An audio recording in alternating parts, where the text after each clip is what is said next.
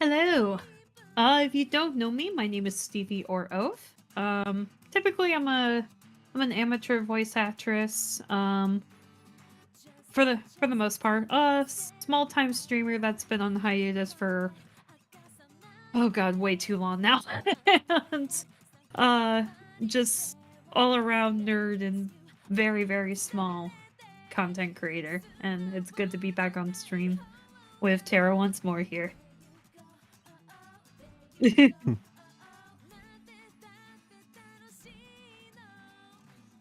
Hello, my name is Jason Morrow. I typically am a streamer more so now than before. Did a lot of small voice acting things back then, not so much now, but I tend to just kind of take things and re-upload them and make them somewhat funnier or something. But overall, I just basically like to stream most of the time, and oddly enough, this is something that's I've been really looking into. So I was like, yeah, I'll gladly be a guest of this. So, by the way, thank you again for the invite, Sarah.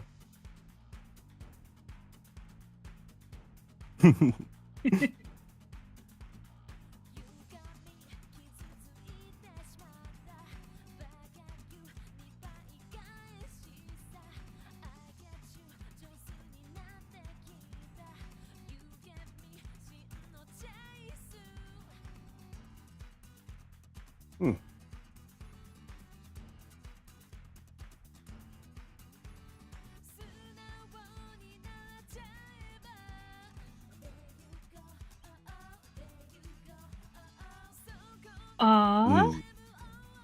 Oh, a game I was looking forward to. I think it honestly had been like 2 years at the point of coming into 2022, if I remember correctly.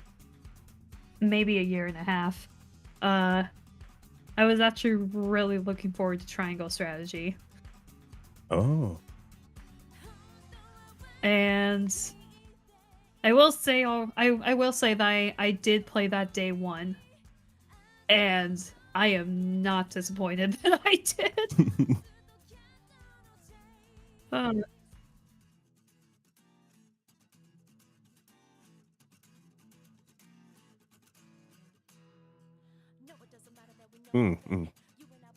There's a lot of them. There was a lot of names that popped up.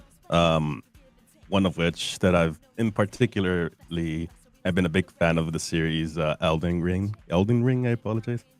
And that one was well, we kind of know how it's done. No one, I think, realistically saw it going any other way, but that one in particular I really loved. And I think it won quite a bit of awards as well, which oh yeah. honestly, it's surprising just how long it's basically ran for, and especially trying to do something very different. I really am a big fan of it, genuinely. So was not February. Yeah, that sounds right. Yeah, like around early on in the year, and I think around that time people were a little wondering how it would do with other games that were, I think, roughly in the same span, if I'm not mistaken. And I think, yeah, there was a handful, but that one was the one that I think mostly stood out for me. There were like other titles that I'm partially familiar or like new things here and there, but I think we could kind of go over them slowly, like Pokemon and a few other ones and such. But that one, I think, definitely the most excited about and was not disappointed.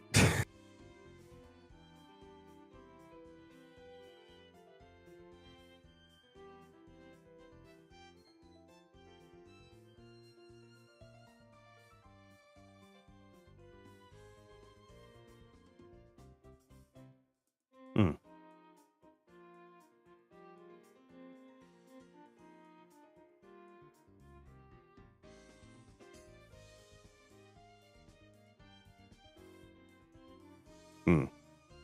Mhm.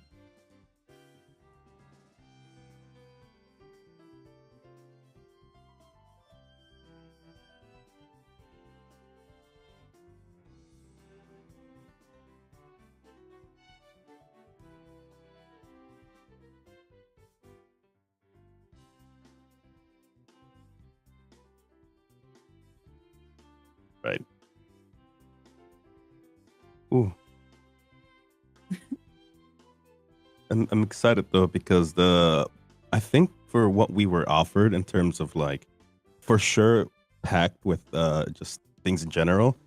I think it came in with a lot of different varieties of games that I think a lot of people I didn't particularly went into many, but I've heard so much about like other ones that like I think just outright kicked it out of the water.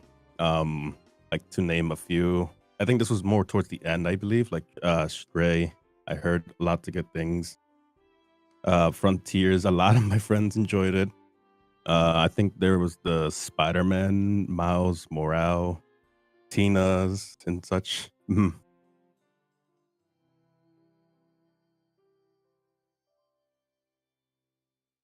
I figured that, but I think there was a lot of games that had like some remakes or like re-releases or something. Yeah, like if you want to have that one game that quote unquote number two, but it was released in 2016, Overwatch. But I think aside from like those Oh kind of god. games, yeah, there is Oh like a lot of cool ones. I think even Splatoon might have released in Splatoon 3 in 2022, if I'm not mistaken. yep. Yeah, September, if I remember right. and there are a lot of great games though. I'm definitely excited. This my bucket list only got so much bigger, especially during the last one of the ones that we were already mentioning as it is.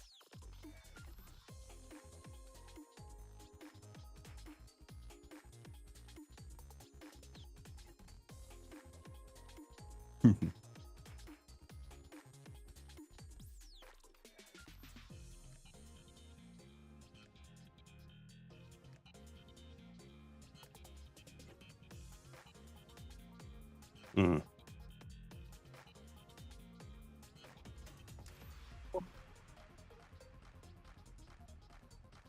mm.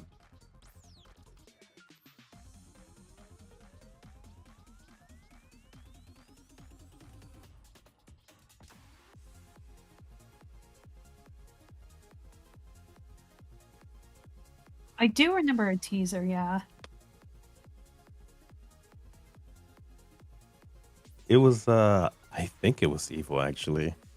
Yeah. Yeah, I think so.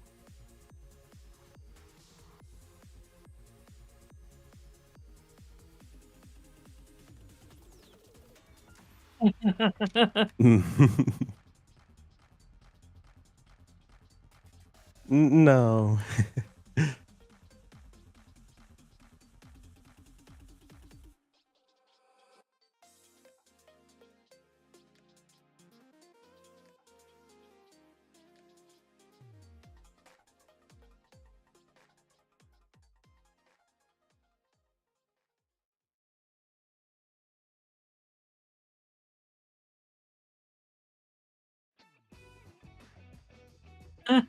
Yeah. Yeah, it's kind of hard for me to talk about Street Fighter in particular because while I do enjoy fighting games, I'm not like, you know, heavy into them if that makes any sense. But um, I mean, it's cool to see like a bunch of characters returning. I mean, of course, you have the staples like Ryu, Ken, Chun-Li, Guile, but jumping a little bit ahead with the most recent trailer. Oh, hi! Oh, Hello. hello. Hello, hello, Speed. Welcome. I'm here. Better late than never, considering you told me I had till 6 my time.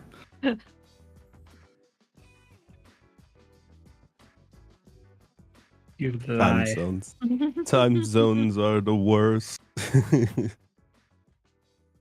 But welcome. I think we're in the midst Yeah, of essentially explaining what was it the Your prize in tweet game. said 7 p.m. Central Time, by the way.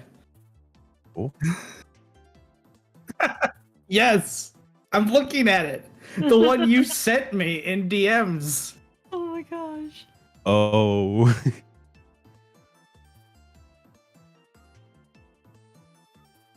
I mean, not in your defense. Would you like a bigger shovel?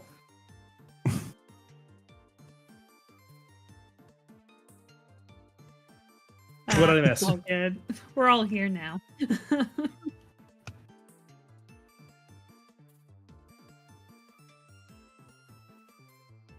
Oh man, that's fine. I don't know who I am right now. But I am Speed, also known as Kyle. I make videos and put them on the internet sometimes. Hey. Hey. And another one, boys. Which I haven't for a while, but that's fine. Hey, I mean, same. Yeah.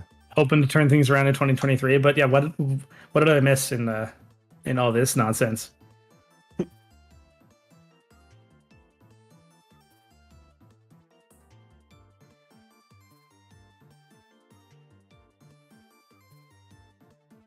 Games very specifically centered about. That is a damn good question. All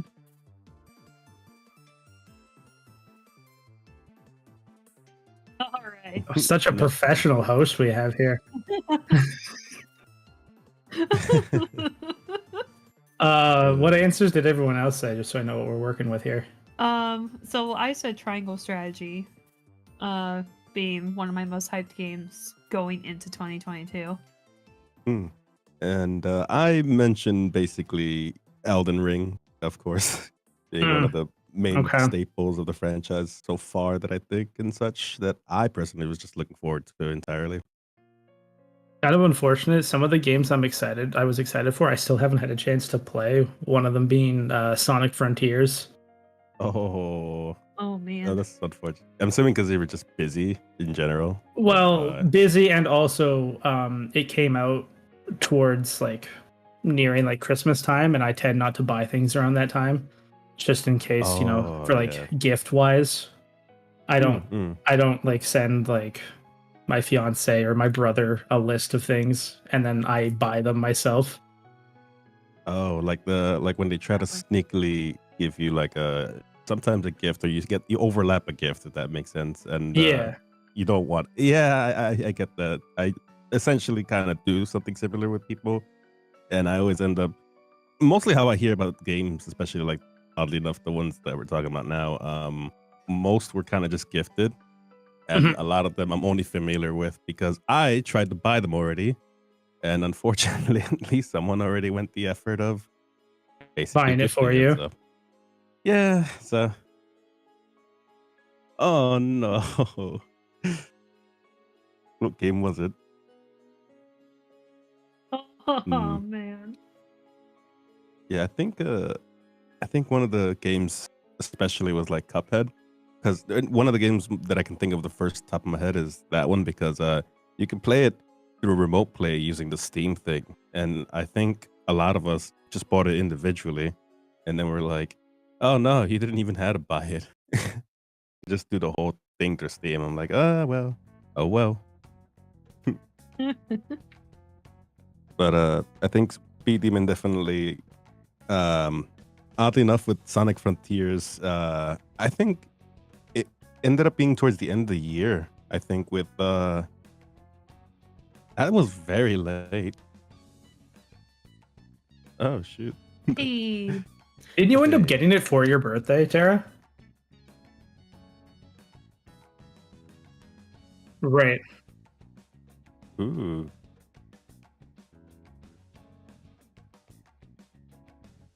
No one knows what to get you better than yourself. Exactly.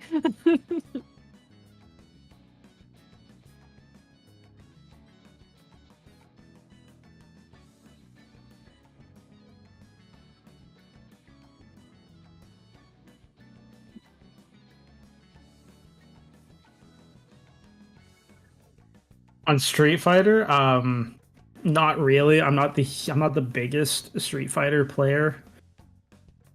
But what did I see? Oh, I mean, some of the new character designs are kind of interesting though for Street Fighter 6. But otherwise, nah. I haven't really kept up on Street Fighter 6. Yeah, trying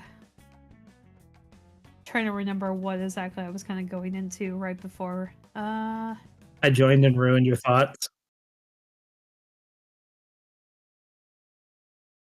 Oh my god, that quick, huh? Dude. Dude, people don't mess around. They see a game and they're like, "Oh, I want to know." I have to get in there. It's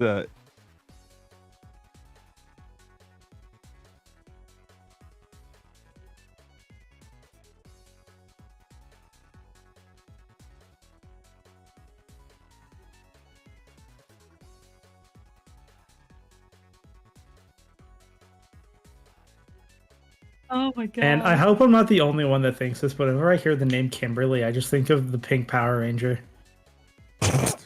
Fair. yeah, honestly. That might be dating me a little bit, but like, man, that's like the only thing I think of when I hear that name. Nice. Oh.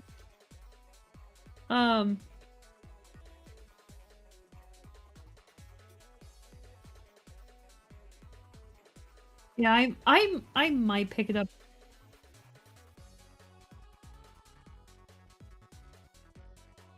Yeah, depending on how it functions and stuff, I might pick it up probably in a sale.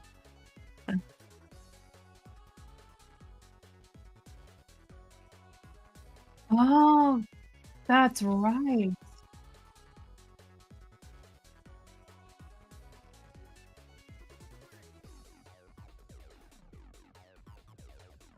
Which that might be interesting because that's something that Street Fighter really hasn't implemented, if I remember correctly. They're pretty much just like typical like arcade modes usually.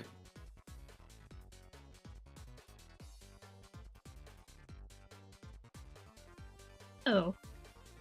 Hello. I think with the, I don't know if this was like a big thing, but I think this one kind of leads into like a few games that I oddly found fun than it should have had. If you guys are familiar with Warner Brothers Multiverses. Oh yes. That and I think I know it was in one of the events. I don't know if it was the early one with the game like previous year or it was during like an Evo. I'm forgetting the date exactly. But I remember just hearing me and some buddies in call, just kind of losing it, just seeing, I think it was Batman and him fighting the kid from, what's his name? Steven Universe. And a bunch of the wacky characters just randomly fighting. And where I kind of got interested is when I saw the Iron Giant of all characters just get in the ring and just start decimating people. I thought it was going to be very, I don't know, it was a little odd to see, but I think when you get into actually playing it, I'm not going to lie, it was pretty, I don't know, it was an oddly fun time, but nothing at all would prepare me to realize how actually like well done the game was. And I think that one was one of the most ones that just completely took me by surprise, oddly enough. So I don't know. I think that's the only one that comes into that I can remember at least. That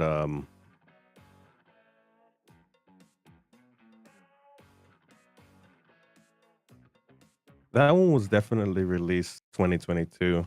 It's just that I recall they had an event thing and they played one of the first release trailers. Again, I think it was the year before, but I could be wrong. It's just it was and Mm. it's oddly that it's fun that they're still adding apparently characters to it. So there's It obviously was trying to push. announced November 2021. Oh, okay. But yeah, And it then was a early year. access and open beta versions of the game released July 2022. Hmm. Yeah, that's my choose for just surprising hitters question mark. But yeah, Yeah, no. I had the opposite opinion with multiverses. I couldn't get into it. I think the combat's definitely odd, but I think what kind of helped is just I was just constantly playing it back and forth with friends, and I think the only reason I kind of got into it more is because just being a massive robot and being able to just stomp out every single character and just watching them struggle to even remotely touch you is got to be Yeah. such a pleasant time. Just being a giant robot, Jacer's Right. biggest joy. Yeah. Amazing. Not at all. I'd say the highlight of the year. Highlight of the year, giant robot. Amazing.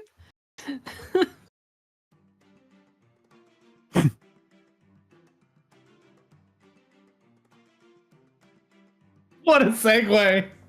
Oh my goodness. You know, when you said giant robots, I thought maybe you were gonna go with like the Gundam Evo that came out, but no, you're going Final Fantasy.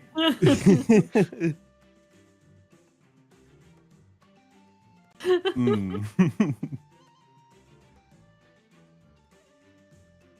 Like it. Hmm.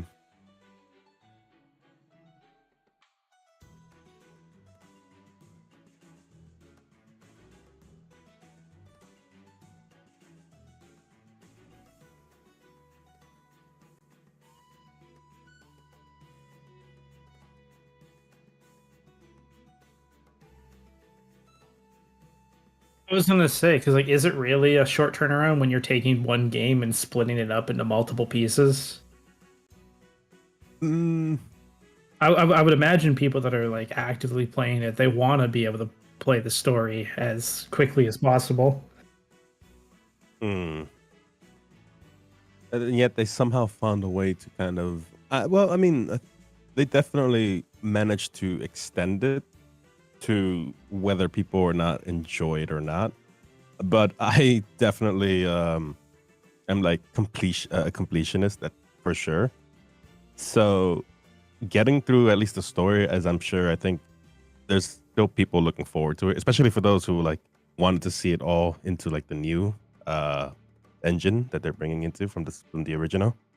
I think there's definitely people who are, I guess, excited as it is for that one. What's the next one up? Is it like chapter 3? Is it uh, like chapter 3 or 4? I forget the ones exactly as well. But that one I think definitely came at a. When was it released again for the first one? I think it was. I think part 1 was sometime in 2020, if I remember right. Hmm. Large gap in between each ones. My goodness.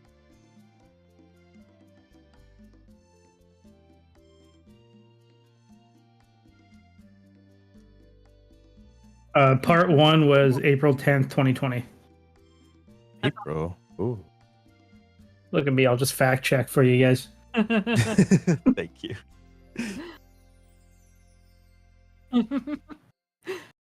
I mean, to be fair though, like they have the engine already. They seem to know what they want to do with the story, so I don't think it would take like as long of a time to come out with part 2 as it did with part 1. And plus, I mean, the Crisis Core remaster, remake thing, whatever you want to call it, just came out. So, if anything, for the people who love Final Fantasy VII and only Final Fantasy VII, they'll get their dose with that remaster until part 2 comes out. Speaking of which, has anyone here played the Crisis Core remake? I have not. I have friends, but I don't know. They never really. I don't know what it is like yet. I don't know if I should play it myself, honestly. I think I'm gonna get it. Mm, Go ahead, Tara. it's a- Sorry, I kind of cut you off there. no, it's fine. My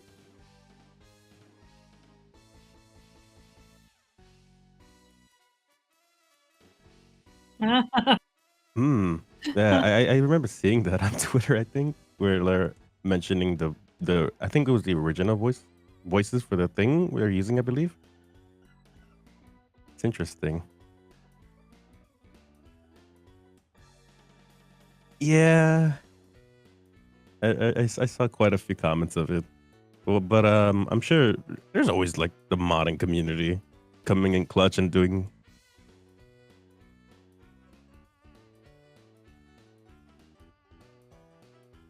Of course, there is.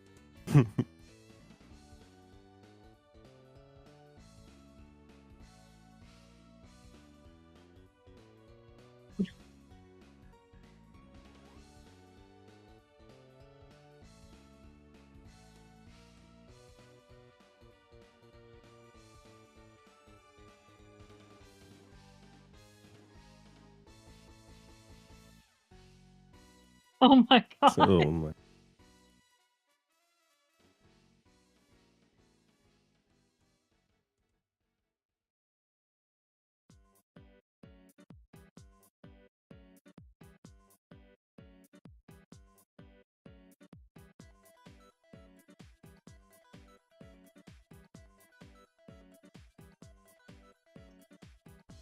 That it kind of reminds me of um of a I don't think it's really a bug. I think they just accidentally forgot to take it out.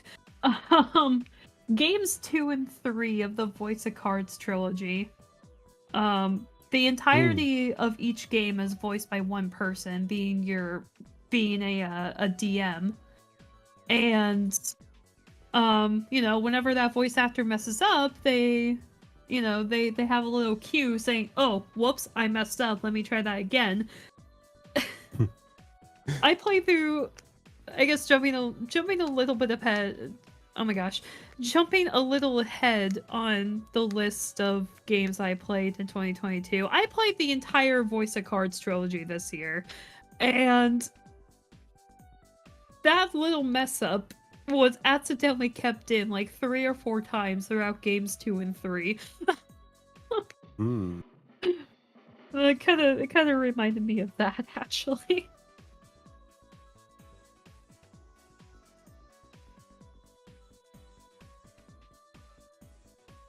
Yeah.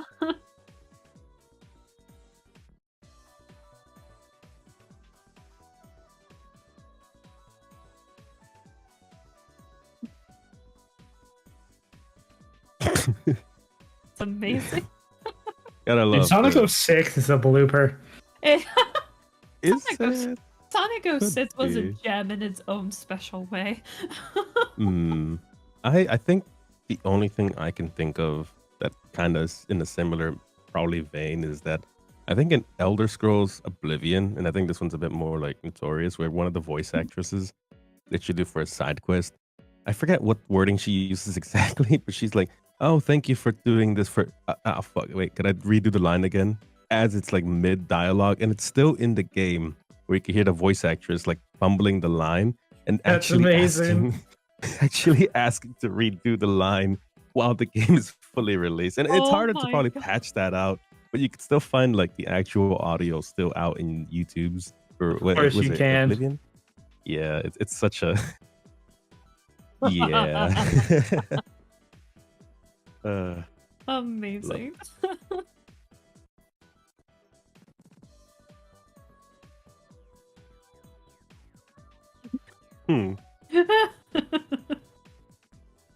I love it.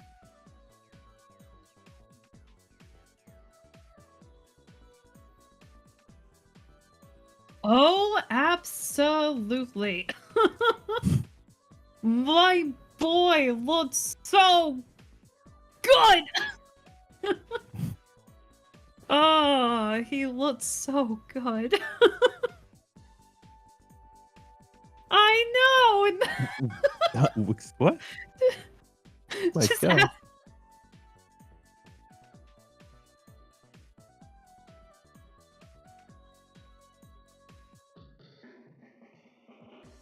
Oh.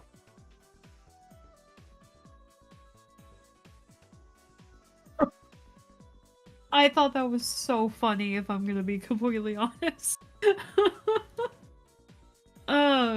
But This. oh my god.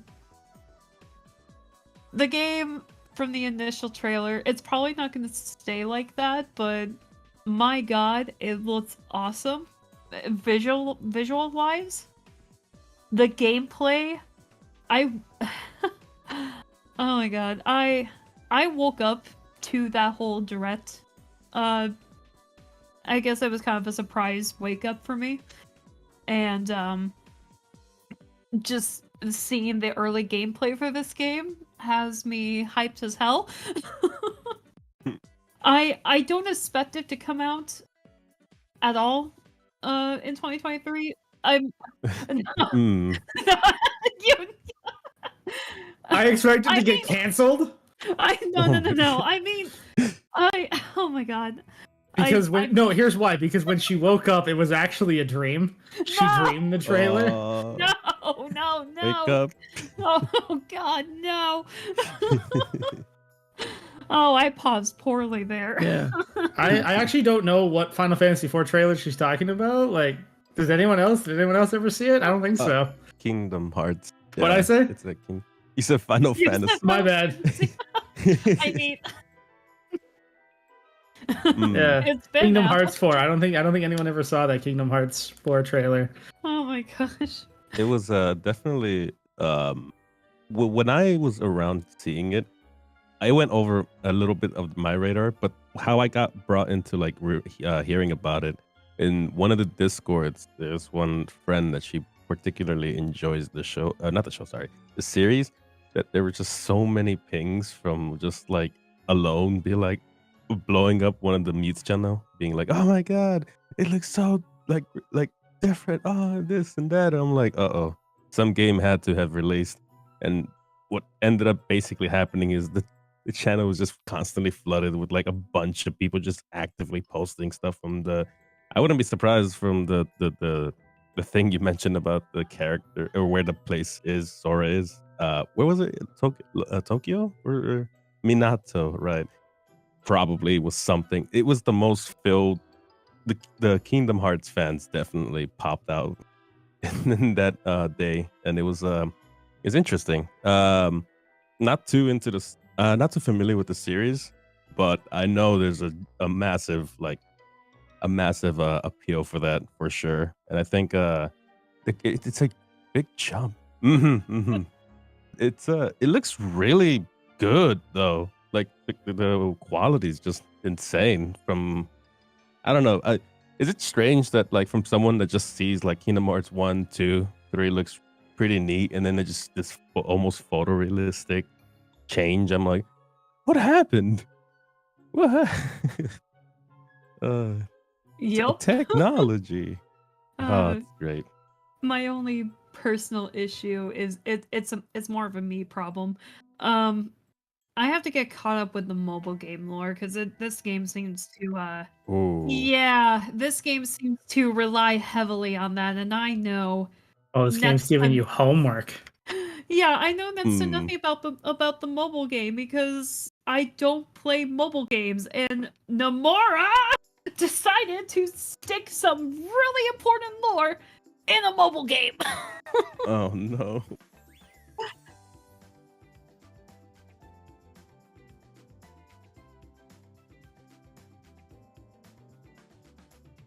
Yes. Thankfully I was able to get a basic gist of what was going on with the ending of Kingdom Hearts 3 beyond my tears. But yeah, I had to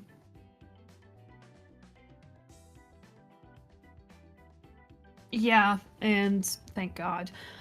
Uh, and the and another bad thing about trying to figure out the mobile game lore, you have to get through so much filler crap too. It's just like, come on, man. Hmm. So, I guess.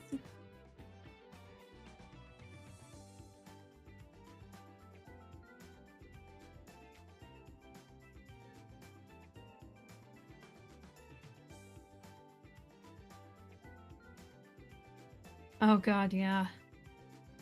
Yeah, I've tried several times to play the mobile game, and I just had a lot of trouble with the gameplay. And like, I like the models. The character models are really cute, but just, just kind of, it's not the same kind of gameplay that I'm used to with Kingdom Hearts, which I know it's kind of hard to translate that from console to mobile, but I don't know. And it was just, yeah, that's true. But Coded is one of my least favorite games in the whole franchise. I don't want to talk about it. But oh lordy. But yeah, when you experience nothing but filler in the mobile game before you even get to the first initial piece of important lore, it's just, why am I playing this? So I Yeah. guess, yeah, exactly. So I suppose I'll make that a personal goal for 2023, is to get caught up with the mobile game lore before we have, yeah, before we have an official release for KH4, because I don't expect KH4 to release for at least until 2024 minimum. So Mm. that is true, and we're not in the Xehanort Saga anymore, so there's no reason to use the number 13 anymore. uh,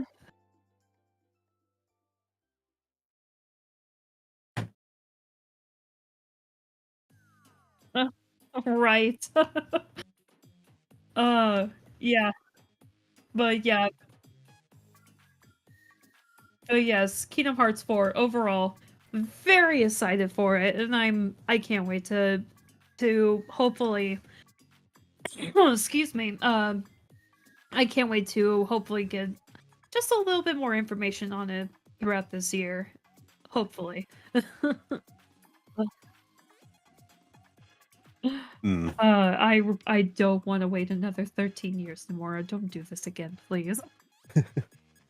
It won't be 13. It'll be like 14. Oh God, you're the Oh worst. no.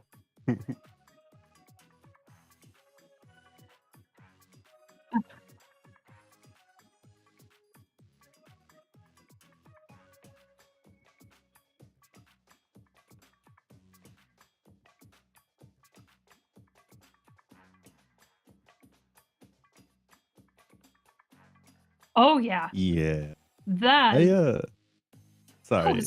no, go ahead. Sorry, I didn't mean to Nah, cut you I off. was a little bit of a late entry person myself to the series, but when the initial startup was just like, oh, a lot of the games, this is like I think pre every announcement, all of it's on PlayStation. At least most of the series was, and to later find out that I think a lot of it got pushed towards the end, PC. There's more ports out and about now, and it's a it's a lot in the Switch of all consoles. Honestly, I'm not even. It should have been in the Switch. I think it's like a perfect game, at least for how many titles. I think around the time it dropped for that.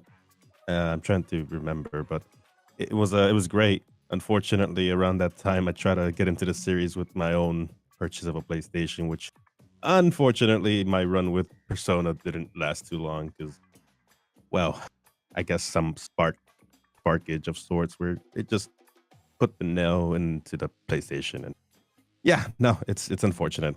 So it's nice that I can probably catch up here again. But someone told me that apparently since we're talking about the series, Royale isn't one of the bigger ones that, especially recently, a lot of folks have been playing it. It's Oh, really yeah. fun, and I can't. Neither can I escape people just telling me to like, oh, just continue this one onward. And I think it's a different discussion of what it is with the original to this one, but I myself, hmm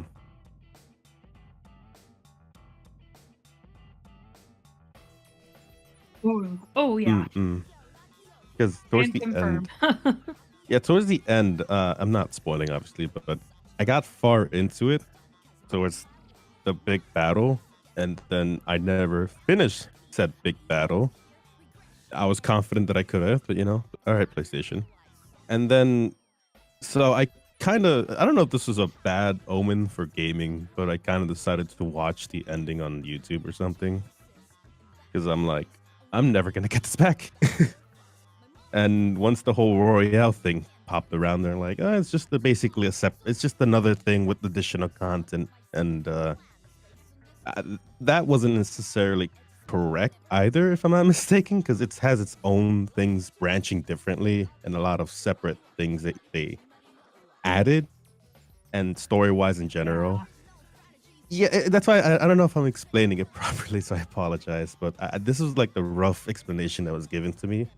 I'm hoping to also jump into the series from already going into from 5. Hopefully trying out the previous ones as well because I heard they've been pretty fun as well.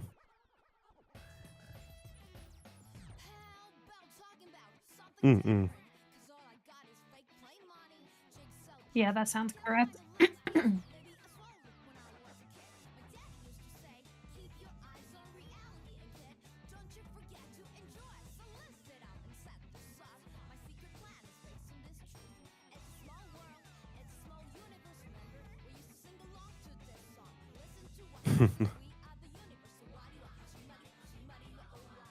Hey,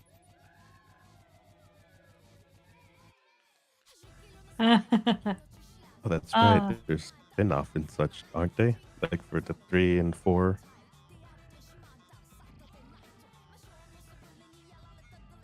There's like a fighting arena one. Oh, that's right. Again, I'm but not it does familiar. have Persona 3 characters as well, though.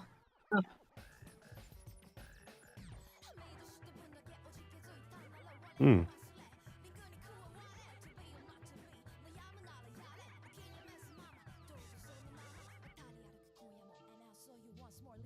Mm. Yeah, I'm waiting until I finally play Persona 3 myself before I dive into.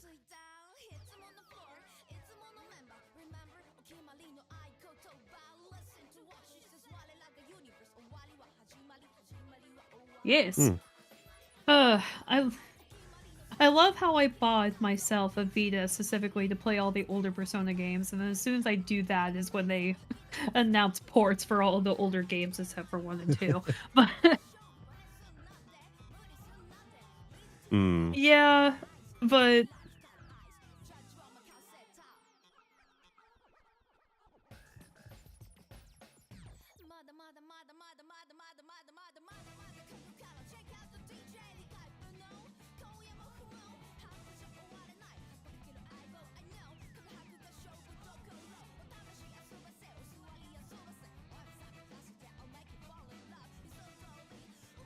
Mm.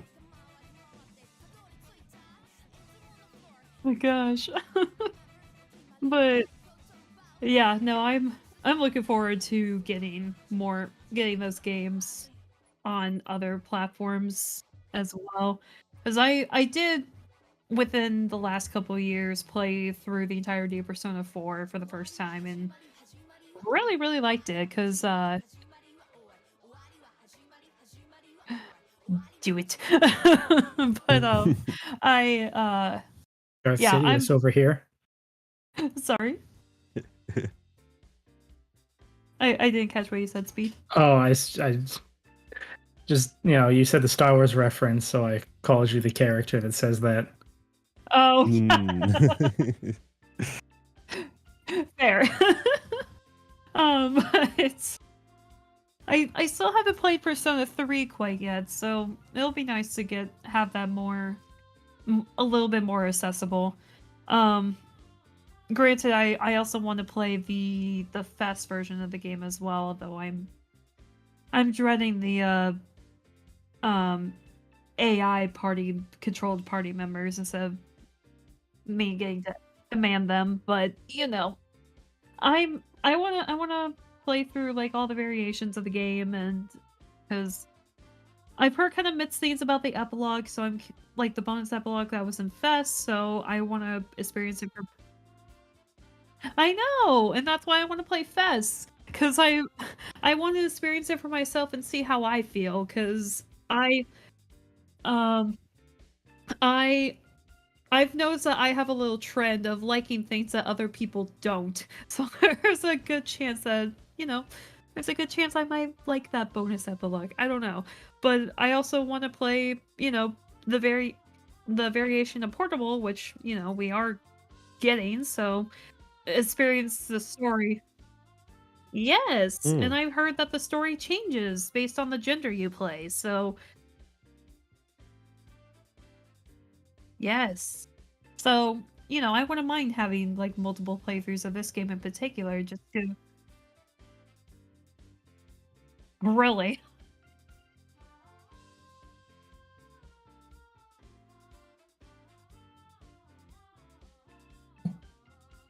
Oh, oh, that's funny. Oh.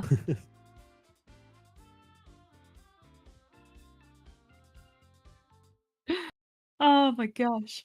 But I mean, I was planning on playing both stories regardless, but but yeah, no, I know that Persona 3 in particular is well loved, and I have I've had such fond memories playing through 4 and 5 now. 5 actually being my first Persona game. So at this point I'm kind of going backwards. I I still fully intend on playing 1 and 2 as well at some point. I don't know why Atlas hates these games and refuses to port those as well, but yeah, during the whole 25th anniversary events, that really wasn't an event at all. But but yeah, no, long story short, I'm glad we're getting these games. I'm glad they're going to be more accessible to more people, and I'm very much looking forward to having them on my Switch as well.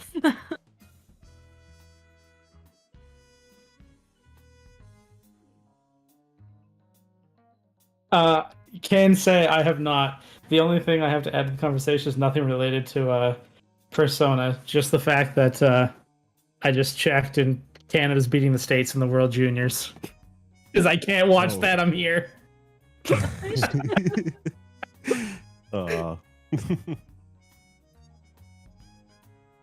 Sorry, I like hockey, okay?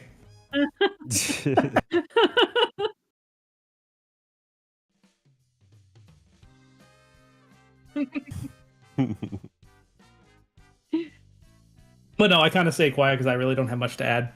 With Persona, it's never been a series I've particularly gotten into. You, as you said, have been trying. Look, you got me to play The World Ends With You. So, like, baby steps. Hey, maybe you can dive in with these port speed. Oh, good. Now I have 2. It's multiplying. What's next? Jacer's gonna get on my case? Well, where's my list? 1 second. I don't like where this is going. What the fuck list are you talking about?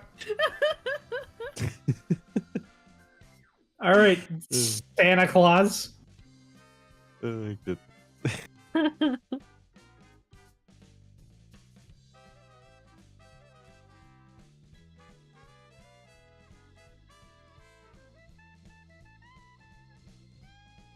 Oh, that's right. Yeah. We did. It's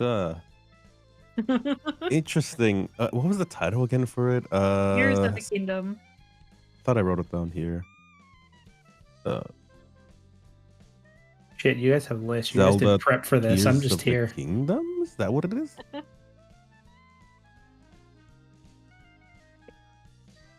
And it's coming out sometime in May, if I... Was it May 11th, or am I making that release date up? Hey, let me look it up. Oh no, we lost Jacer!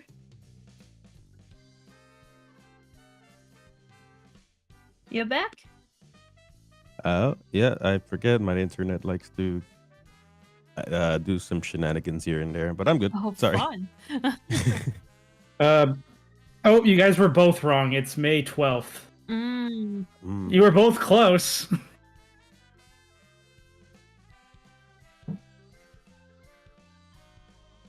It's a Friday. That makes so much sense. Nintendo loves to release their games on Friday. Wait, what day is that? What day do I need to book off? May 12th. What day do I need to not be at work and probably take the Monday off too?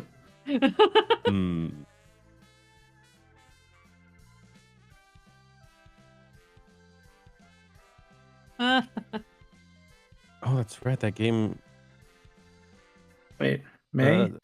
I actually could take time off because my time off resets in April. Nice. Ooh. I mean, I don't have too much to say for this one personally, because Breath of the Wild is still on my backlog. I shamefully admit. It's a For thing, shame, I'm kidding. Oh my goodness.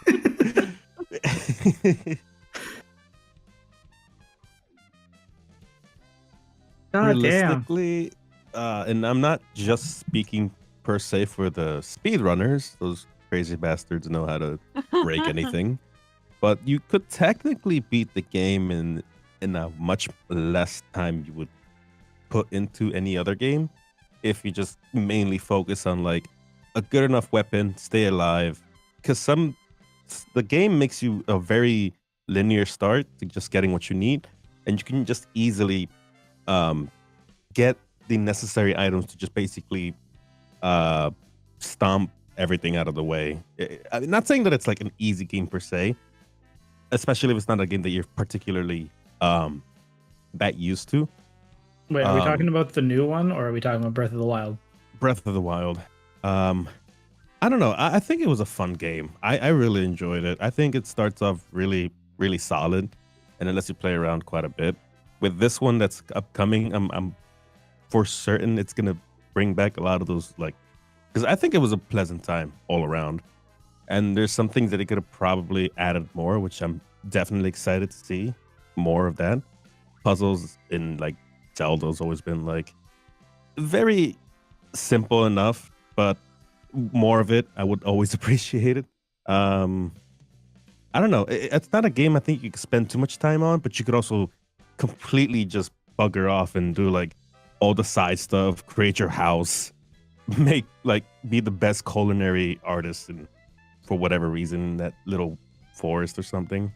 It's interesting the things you can do, and yeah, I'm actually kind of excited for it as well. I mean, the thing I loved the most about Breath of the Wild was that, kind of piggybacking off of what you said, Jacer, like the whole game is essentially one giant side quest. Once you finish with like the starting area and you leave to like the main area, your main quest just becomes beat Ganon. Everything else is an option. Yep. It's they spread out a lot of things, so it doesn't feel like they hold your hand to anything. It's just they really don't encounter this. Yeah, they just toss you out. And also, there's no character like Fee or Navi that points you in the direction the game wants you to go. They're just like, hey, here's this big open world. Have fun with it. Pat on the Beat back. Ganon eventually, or don't. Good luck, son. Yep, or don't. Wait. Let Zelda forever wait for you as you're. I mean, she waited 100 years. She can wait a little. Yeah, she can wait a little longer. You just wake up from a 100-year nap and you're like, fuck with this shit again. Yeah, like could I get a little bit of a break? We can't even blame Link at that point, honestly. Yeah. But But no, it's yeah, I really great. enjoyed Breath of the Wild. It's yeah, I think it's my favorite Zelda game of all time now, and I'm super excited for the sequel. And I just kind of hope I hope they keep the open world aspect that made Breath of the Wild so enjoyable, and also I hope they add in like more of like the old school Zelda dungeons, because that's I think the one of the things that was missing from Breath of the Wild. As much as I Mhm. enjoyed like the divine beast dungeons and the little shrines everywhere, I just kind of wanted more. Hmm.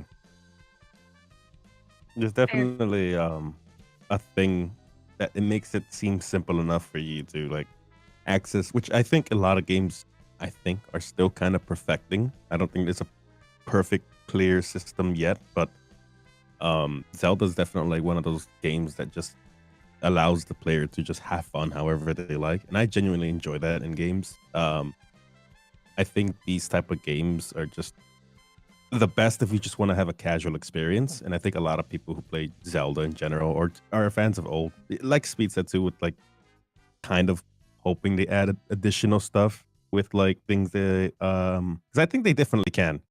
And if they were like testing the waters with Breath of the Wild, it just makes me more excited to see what new things they can bring up to the table with the new one coming up.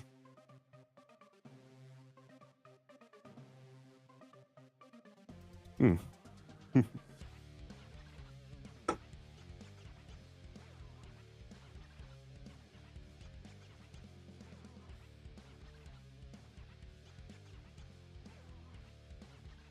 Oh, Oh boy.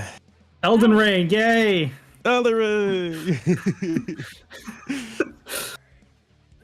It's still in my backlog. I played a little bit of it, but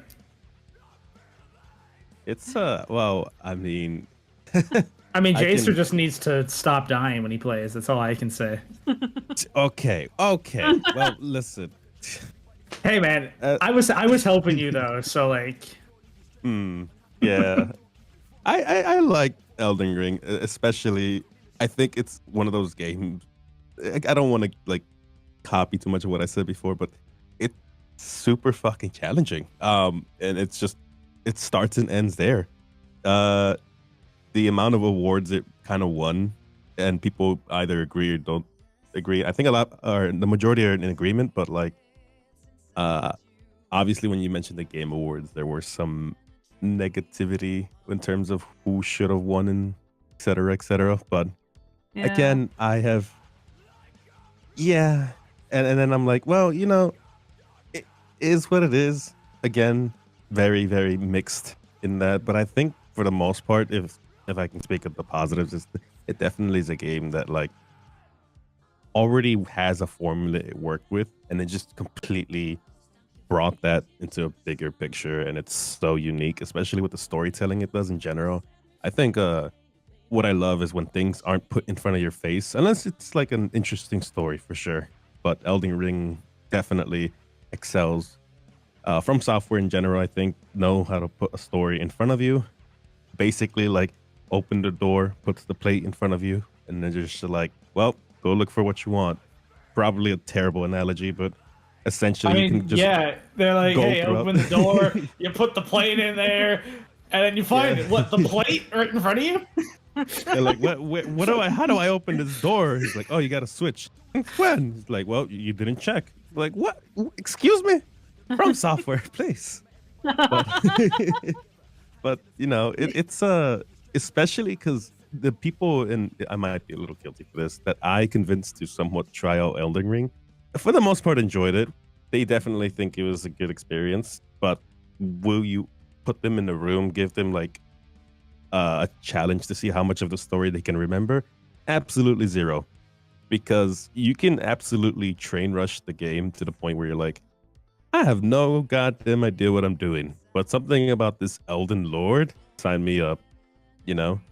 But it's like things like that that I enjoy, because when you take the time to actually look into it, it really does like bring the world into like a bigger thing in general. And I don't know. I could sing its praise all day, but again, I don't. I could probably do that in a separate time. Yeah, yeah.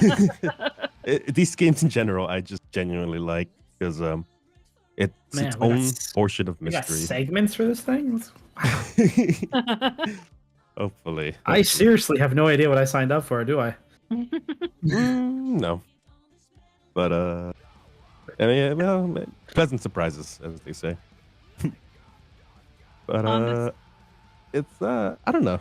I've just genuinely always enjoyed these games. I've always Let's go, Canada gold medal game. Sorry, my bad. Last time.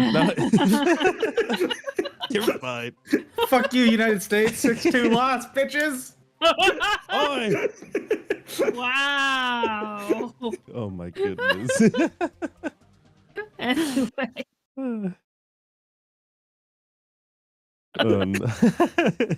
Anyway.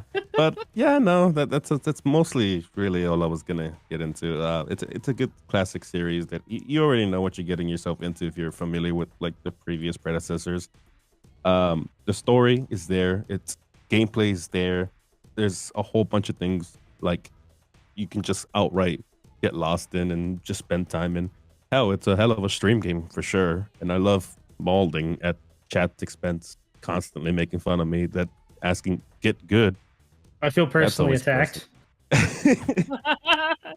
No, I swear, nothing. I never told you to get good. I just told you to stop dying. Which translates to that speed. Damn it. Oh my God. I think it's a little nicer though. Okay, yeah, that's true. 'Cause I would also helpfully inform you of when you died. Oh yeah, that's always neat.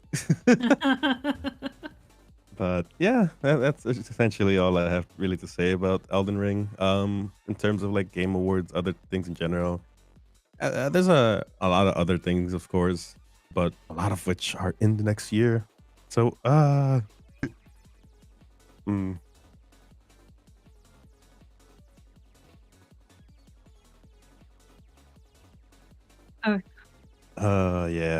Oh yeah. That was such a feels bad. Like God of War for the most part like swept nearly every award except for Game of the Year.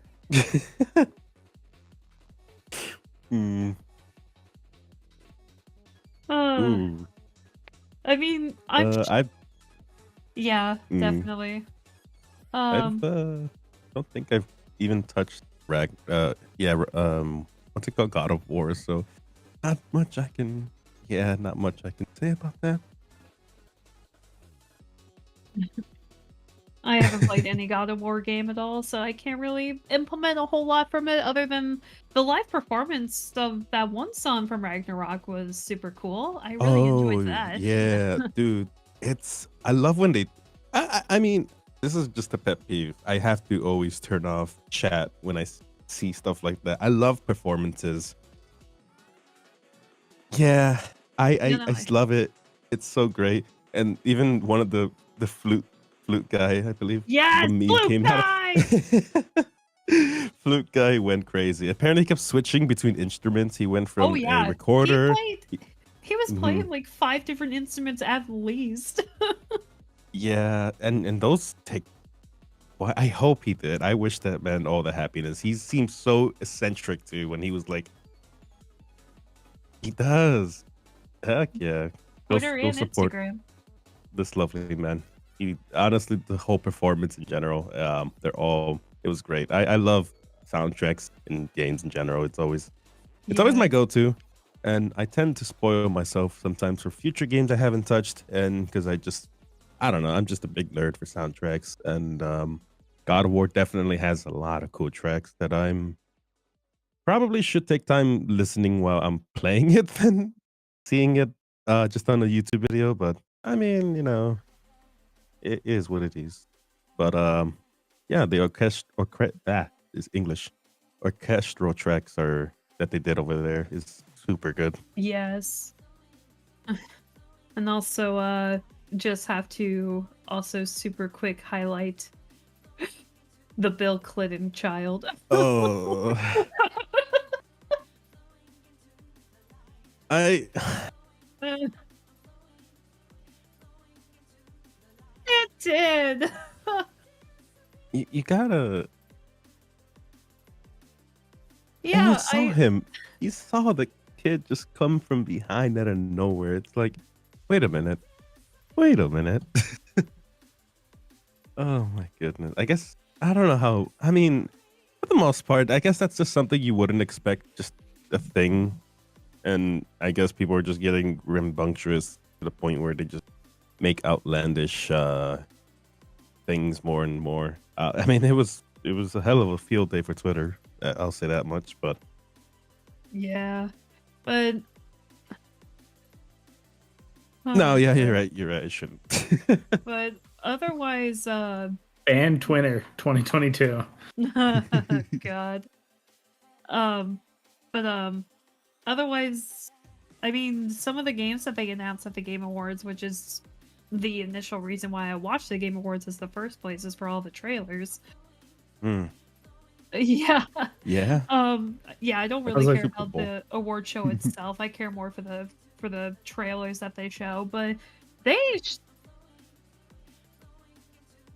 yeah, that was actually something I was going to bring up when we were discussing that earlier, in terms of like when I was kind of trying to talk about characters a little bit. Yeah, although I didn't play him a lot in past games, I was also kind of happy to see a DJ return as a playable character.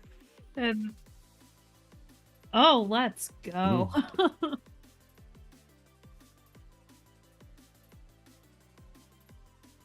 As he should.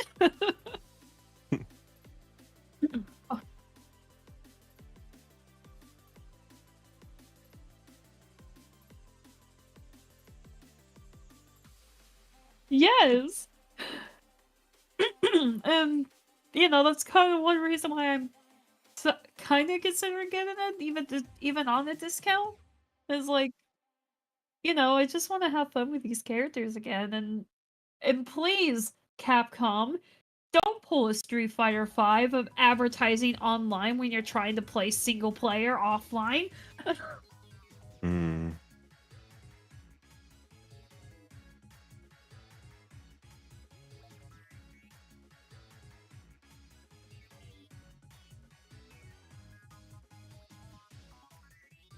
Yeah, I hope so, because I claimed Street Fighter 5 when it was a Plus game a year or so ago, however long ago it actually was.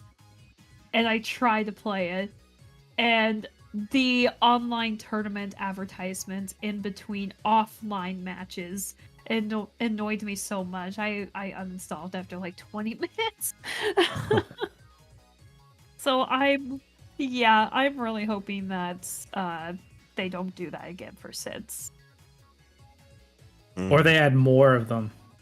That's more reason to push me away. I enjoy the occasional casual Street Fighter stuff, but do not push me to play in competitive tournaments because I am not good with those games, and I do not want to participate in them and get my ass beat every time. But anyway, so yeah, kind of scrolling through, just kind of skimming through an IGN article to remind myself of what all exactly was announced. Final Fantasy 16 finally getting a release date, an official release date. June 22nd, baby. That is my most anticipated game for 2023. We got Armored Core 6, which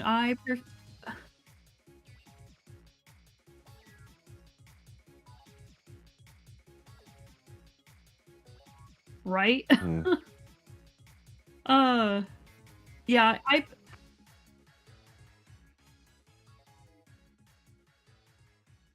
yeah, that sounds about right. I personally haven't played these games at all, and I don't know where exactly they're available at for me to potentially play them, but I'm happy for the Armored Core fans. Another big announcement being Hades 2. That was completely unexpected. Oh, that's right. Such a big thing.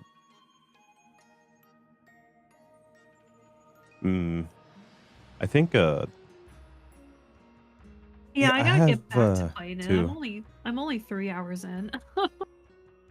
I think it's Um, a game that I was not expecting. There was like small other things that I'm trying to remember, but Hades is a reminder that I gotta at least get back into because I have it as well. I just never really got around to playing it. My backlog's full of stuff, and I might not get to a lot of them. But since this is getting a sequel, I think that's the best time as a as to when to start or not. Honestly, oh, I heard nothing but good absolutely. praises of the game too. So Another big. Oh, I was just gonna quickly mention another big highlight from this article that I also just completely forgot about. Creator of BioShock announcing a brand new game, Judas. oh, that's right. Isn't it like hold on, I remember seeing things about it. Wasn't there another one that they mentioned that was like they released gameplay already for it already? If I'm not mistaken, or was it just a trailer? I think it was trying to remember the trailer itself. I think it was like cinematic and a little bit of gameplay. I can't remember for sure. It's just I think like BioShock. I think they've I don't remember what was the last thing they've done. I don't want to say Infinite, but I is that fair to say? They've done like other smaller works or they help in other things, but I don't really could remember at the top of my head. I Uh, I'm not sure. but I know a lot of their games are well, BioShock series in general are like big hitters. So for this one, it's gotta be really interesting. Oh yeah. Yeah, I mean there were a ton of announcements. Some announcements were kind of meh, like I mean cool a couple PlayStation exclusives game PC ports, which that's kind of become a norm at this point, so cool. Yeah. Um uh I mean there's a new Hellboy game coming. Happy for Hellboy fans. Mm. I know nothing about that comic series, but happy for them. Fair. Um, Hmm. oh, there's kind of a I don't know what this game is, but it has a very I don't know, like should call it like a GTA type game or not? Or Mafia? I don't know. It's the like mob or yeah, mob boss game that has like such a really interesting cast of people that I really was not you never thought to put these people together, like Chuck Norris and Vanilla Ice. Oh yeah. Yeah, I have it right in front of me. Crime Boss Rockay City. That one. I I don't know what this game is supposed to be, but just yeah. But my god, the cast that they have put together for this. It was like these are people you never would have thought to put together in the first place. Uh, Like a fever dream. exa- Hmm. exactly. Exactly. Um let Oh. exactly. Oh yeah, I guess Transformers is getting a new game. Completely forgot about that. Um, Mm. oh, this was one I was actually kind of hyped for. Vanisher's Ghost of New Eden, because it's made by the same people as Life is Strange, and I really like those games. So, Mm. ba ba ba ba ba. Single player magic first person shooter Immortals of Avium. Oh yeah, that had like nothing attached to that trailer, so kind of hard to be hyped or not be hyped. Wasn't wasn't there a thing for Cuphead a new Cuphead thing, Oh like a yeah. game.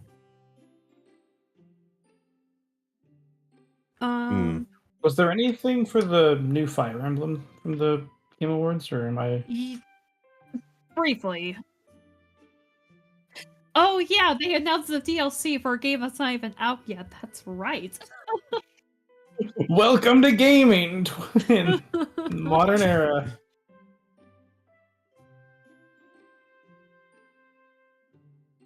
Yeah. I was surprised to see that like so soon after Bayonetta 3 released.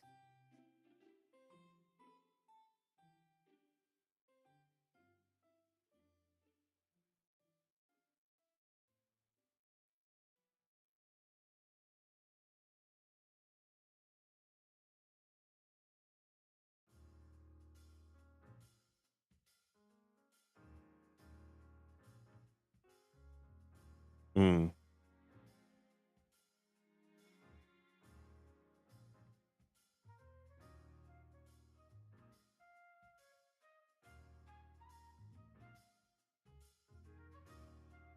Okay.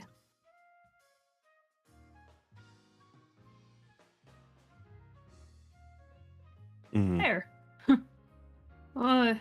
Yeah, I mean I'm not a super huge Bayonetta fan personally, but that game in particular does honestly it looks pretty neat. I really like the art style.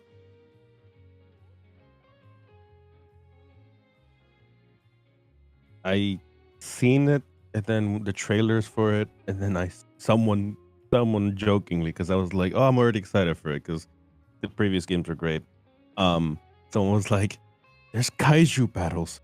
I'm like, what? And then I had to quickly glance back because I was like mildly during work ish. Don't do this. Don't mix work and free time, guys. But I was pleasantly surprised that you can actually do kaiju battles there. Technically speaking, with just bombastic stuff that you can do with Bayonetta. I'm like, I need this game just for the kaiju battle. It looks so fun. And yeah, I still haven't gotten around to it yet, sadly. Oh.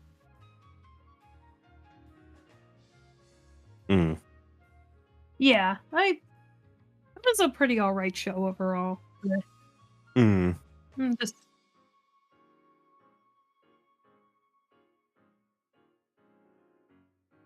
yeah. All I can say as well is it was a lot better than Summer Games Fest. That was nothing but horror and FPS games announced there. But oh god, I was so bored that entire freaking show. But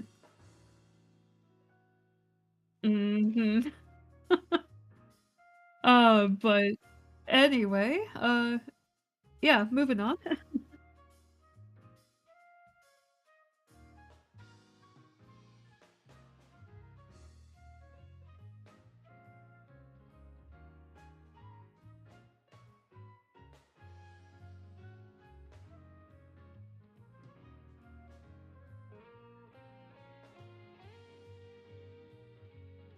I have Oh, a lot. I think there's a few. Yeah, there's So like like this is like free reign. This is like anything we've played that isn't from this year.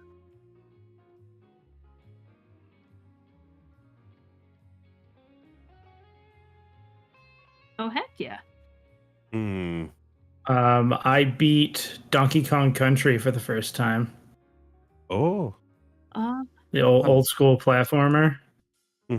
And one that I've owned on cartridge since I was a little kid, so it was fun to finally actually beat that game. SNES cartridge.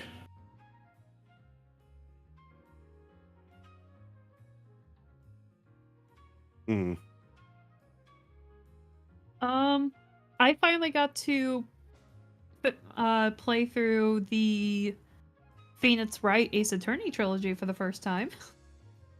That's been on my backlog forever. So I played Justice for All and Trials and Tribulations in 2022. I think Trials and Tribulations, actually. All Especially, right, Tara es- over here judging Okay. opinions. especially the Mia Fey chapters. Those were my favorite. No. You're being judgy. Got it. Yeah. I get it. Shush. It's okay. It's okay. We get it. We know. Big Oh, gamer. oh my gosh. But yeah, Who's be the antagonist of this podcast? I don't even. well, uh, oh my god, but yeah, I Hmm. mean, yeah, Ace Attorney in general has just been on my backlog for literal years. So the fact that I finally got to play the original trilogy, finally, thank you Capcom for porting the trilogy to modern consoles. I've excuse me, I've had a ton of fun with it, and there was a potential rumor that got an article saying that Apollo Justice might possibly get ported as well. It recently got like what's the word? Like relicensed again sometime this last year. So hmm. I'm although it hasn't been like officially confirmed, I'm really hoping that they're gonna yeah, port Apollo Justice. Apollo Fingers crossed. yes. You know what I'm saying. Port that Mhm. game. That's That so one. I can continue on. Granted, I know there's great Ace Attorney Chronicles as well for me to hold me over too, but I just want to play the games in order that they were released.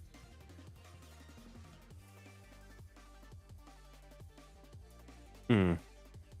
Oh, so I suppose like yeah, that's Oh. pretty much what I want to do is I'm want to pretty much play these games at release order, and I think Apollo Justice is the next one, if I'm correct. So So I'm gonna wait a little bit. I'm gonna hope for that announcement. And yeah, we'll see.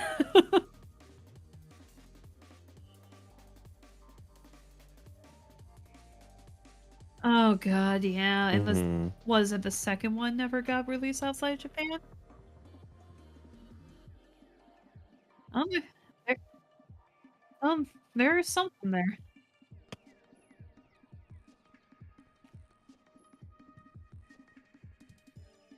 Capcom. Oh, he's. Hmm. Oh my god. Hmm. But yeah, I say wrapping up that trilogy was a big highlight in terms of backlog slash games that didn't originate from 2022 for me. Um, I could go on about games that didn't release in 2022 because that's like half of my games I played in 2022 list. But Hmm. I'll pause here for now in case Jacer, Speed, or you, Tara, also want to add in. Uh, Uh. Yes, me Ooh. too. oh, Oh. Yeah.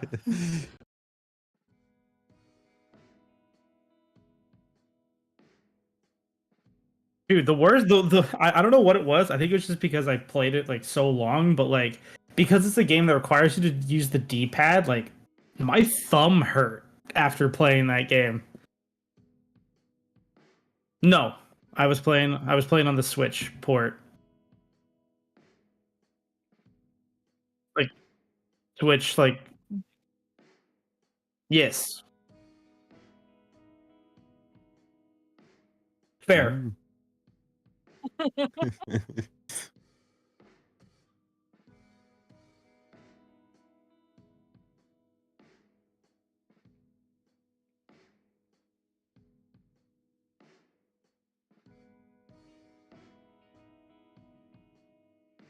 Oh, I love it. That being said, some of the copy abilities are definitely way better than others.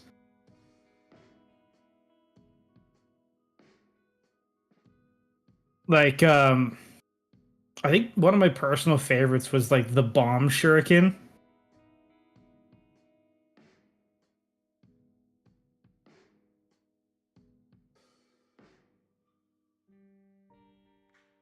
And also stuns the enemy too. And then of course you have classics like the fire sword that Kirby pukes up. The lightning like bow staff thing.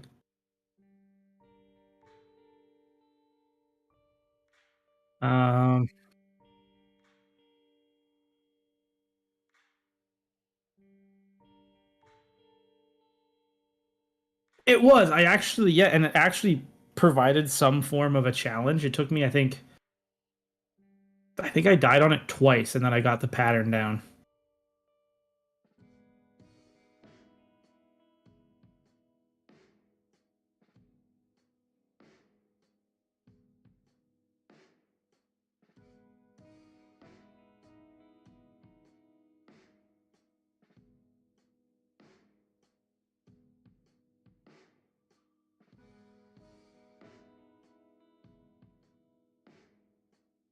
Yes. That IP does not sound familiar to me. It was like a Beyblade Bakugan like wannabe. Oh my god. And it was basically it was like a Gundam thing that shot marbles. And it fit in their pocket. It was like Metabots but lamer.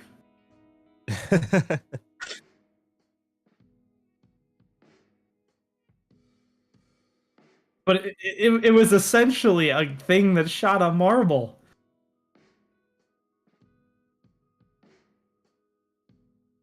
In the show. In real life, they flew casually across the living room table. Okay. Oh, good.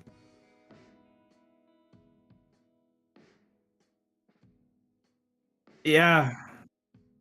I remember. Oh, amazing.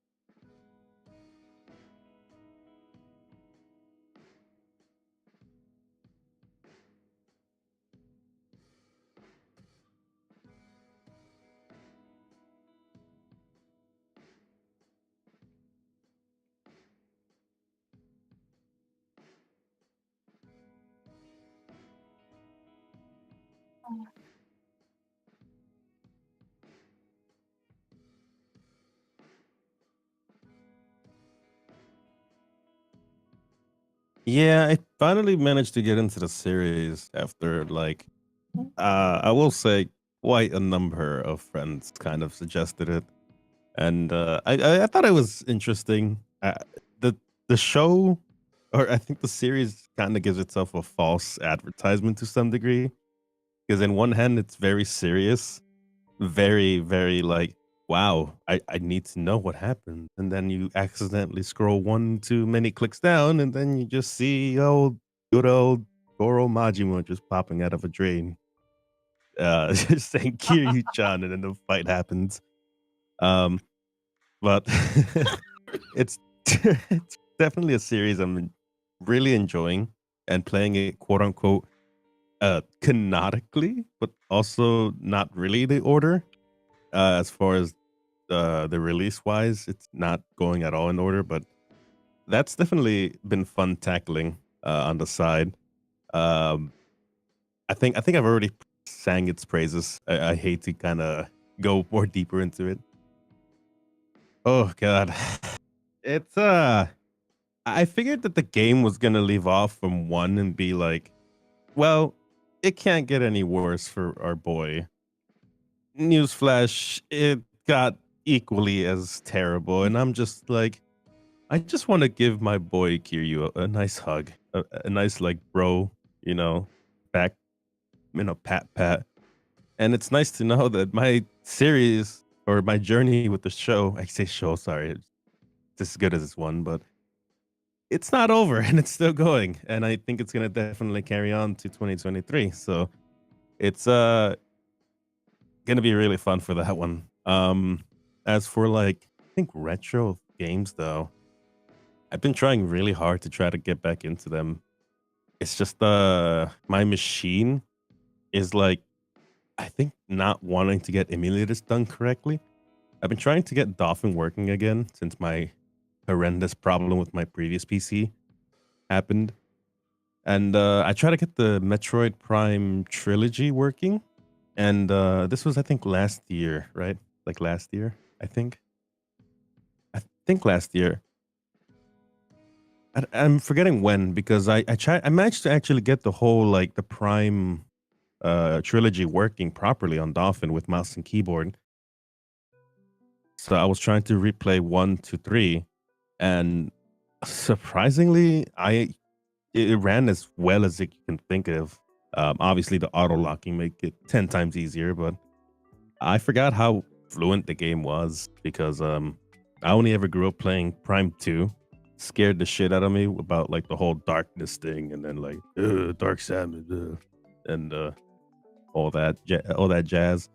Never playing 3 and basically learning of the series kind of out of order. And I think that actually, yeah, Metroid Fusion I played some time ago for like it's been a hot minute, but I finally got an emulation to work for it. And I forgot how fun it is just playing classic games like that on the basically Game Boy, right? GBA, yeah. I think emulation's fun. I really want to get more games when I have time. A lot of the time I'm missing it so much because I only remember playing Pokemon. It's that nerd that plays Pokemon all the time. Sapphire was my shit. I would always find ways. That nerd that plays Pokemon, but man, I love me some Pokemon. It's just it's like the few games that I can at least remember. I don't know. From what the like GBA? actually having like a Game Boy Advance. I think my favorite GBA game I ever owned was Legacy of Goku 2. Oh, wait a minute. Yeah, no, wait. They had like Dragon Ball games still on the Game Boy Advance. Did they? Yeah. 4, right? It was Dragon Ball Advanced Adventures, the Legacy of Goku trilogy, and Dragon Ball GT, whatever the hell they called it. I don't know why. Right. I remember having this too. Jesus, but GT doesn't count, so 4. Does it not? Oh no. I remember very. Oh.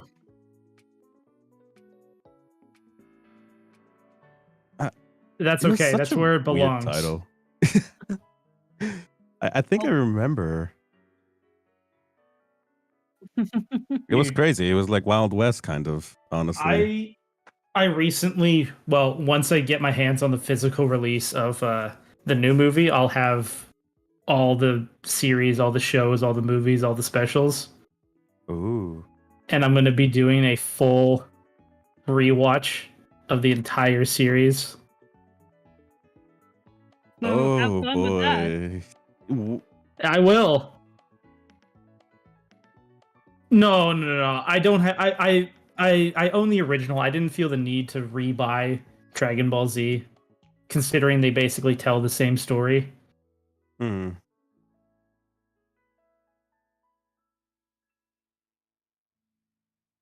Maybe. True. Mm. But I'm also not watching Z twice. That's fair. That's fair. And I bought all. Well, I'm saying like I'm not gonna rebuy the series when I already bought all 9 seasons of Z. Hmm.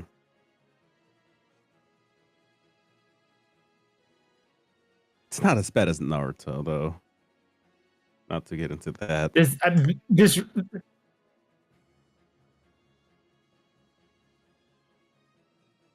So like I do know, so I know this is a gaming thing, but I recently or during 2022 I watched the original run of Naruto for the first time. And like, holy crap, there is so much stuff that is just not important. Yeah. Or just like for no reason, there's filler. Like I got to the end, like the climax. I guess maybe early 2000s spoiler alert. But like I got to the end when Naruto's fighting Sasuke in their big climactic fight, and for like 4 episodes straight, it was Sasuke kicks Naruto into water, flashback for the entire goddamn episode. And then the next episode, he gets kicked into the fucking water again. Yeah. Biggest egregious, or maybe it's Naruto just has a funny way of doing. It doesn't help that a lot of the scenes, and I'm sorry for going in a tangent, goes that like they just kind of stop there, and they sometimes just take the time to just stare at each other, and then they're like, "Oh no, what's my big plan? I got an idea, big shuriken. Oh, that didn't get him. Now I have to think of another plan," and it's just kind of like there, frame just Your stays there. Rasengan. Rasengan. Oh, look, that was the answer all along. That's Okay, it. anyway. Sorry, back Yeah. on topic. My bad. Uh,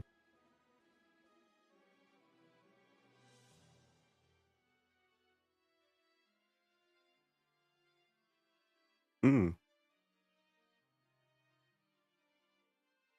The fan base grows.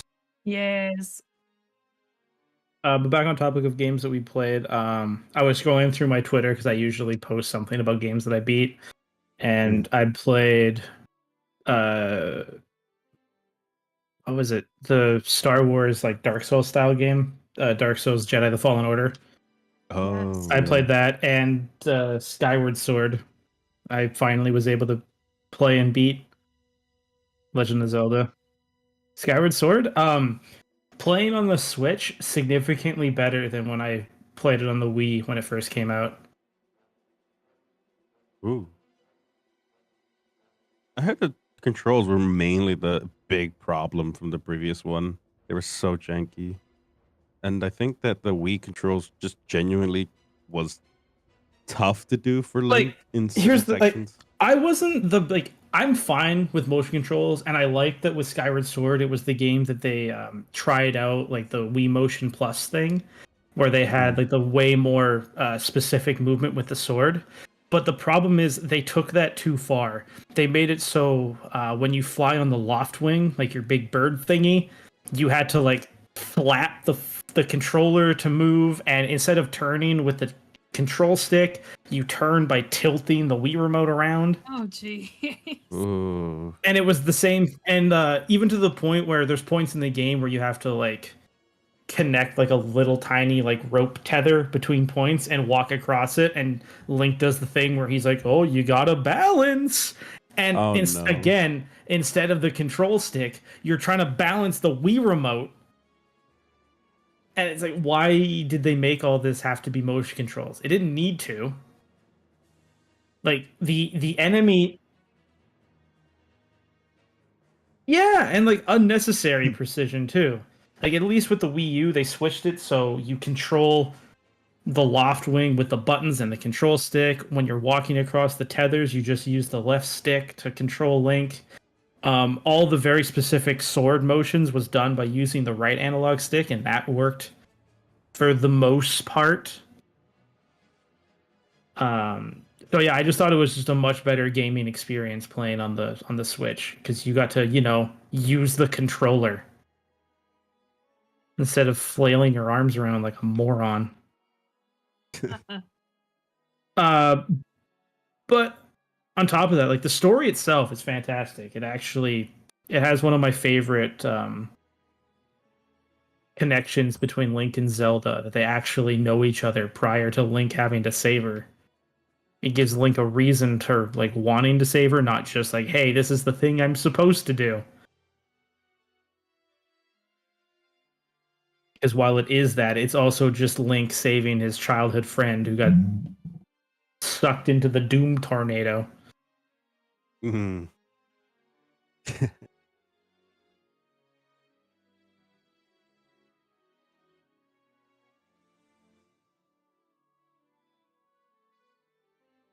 Yeah. No, 100%. I like Impa. I like the fact that it comes full circle with him, but I don't know if it like if you guys have played it or not, but like Skyward Sword is still on the backlog for me as well. okay, then I will shut up on some of the more Zelda spoiler games. potential Zelda points. Look, you know what? Spoilers are still spoilers, Tara. Zelda games in general, Spoiler. I'm just very bad at playing through. Oops. Honestly, same. It's only been recently that I started to tackle some of them. Hmm.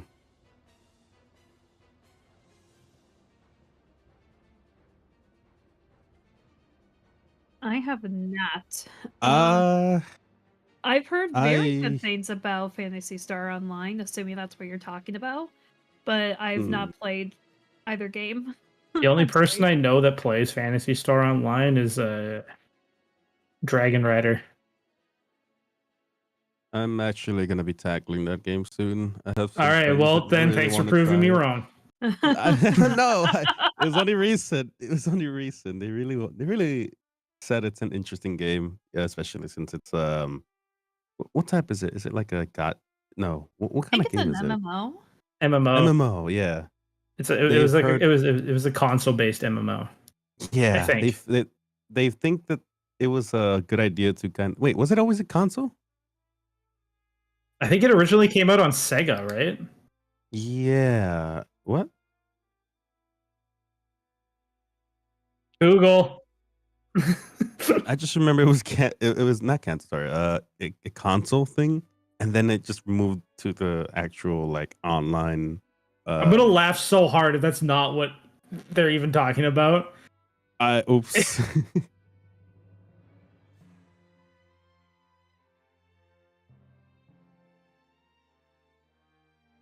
Yeah, it was Okay. Sega. Yes, I remember things. Hmm.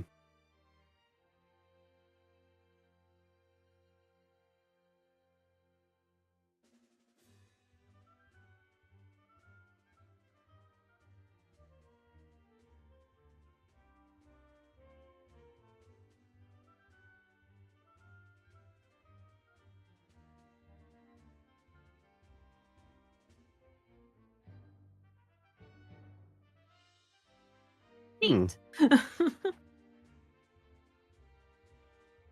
But no, have not played Phantasy Star Online. Heard very good things though.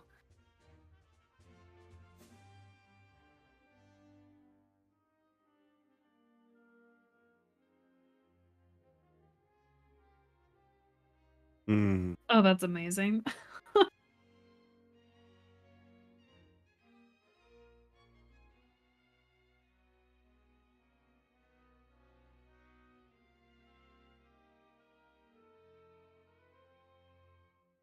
Eh.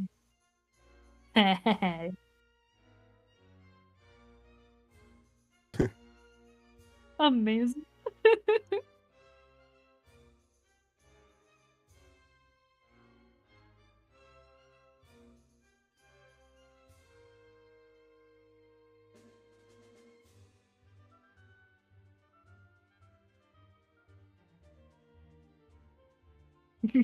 Tui is always such a fun time.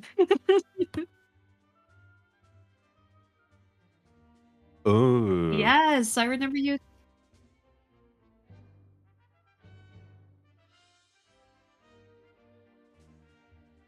Yes, and I remember you giving me your reactions to all the things that happens.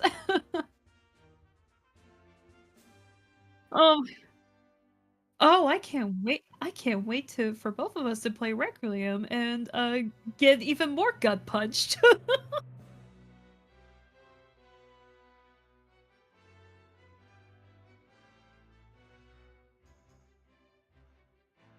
Fair. Yeah, I'm so happy I finally got a PS5, so I'm gonna be playing the game on PS5, and actually it might be one of the first games I'll play that for 2023. I haven't fully decided yet, but it's a sequel I've been highly anticipating. And the reviews have been so nice to see. And there's a lot more things you could do with the stealth and the combat for the game, which, I mean, the stealth for that game was all pretty good to begin with.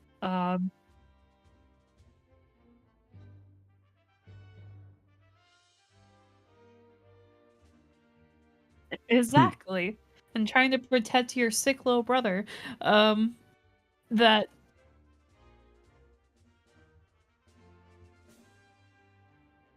exactly. I'm yeah. I think it was 2020. Probably not the perfect time to play that game, but I think it was 2020 that when I initially played that game, and it was one of my favorite titles that I played that year. I had such a fun time with it, even despite it, being so yep, an emotional gut punch and depression. But no, it never stopped. It was insane from hour one.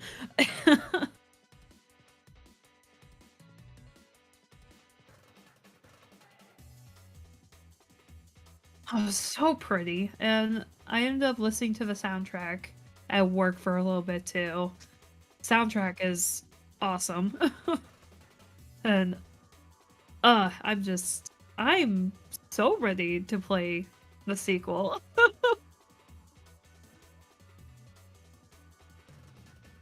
Uh-oh.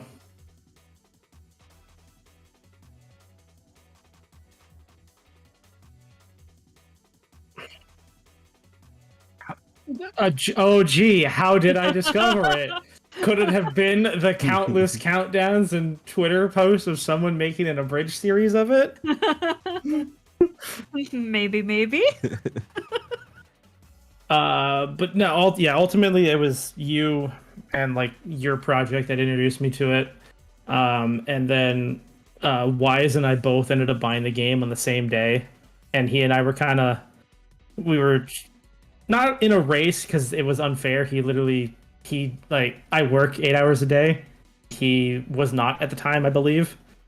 So like he just blew by me and like beat the game. Like somehow I managed to keep up with him though. He only beat me by like a day or two.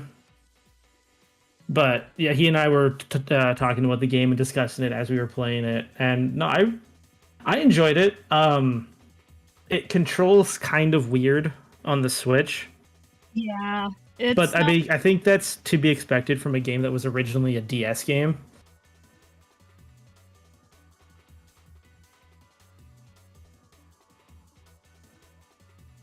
Yeah. So I played the Switch. Oh, go ahead.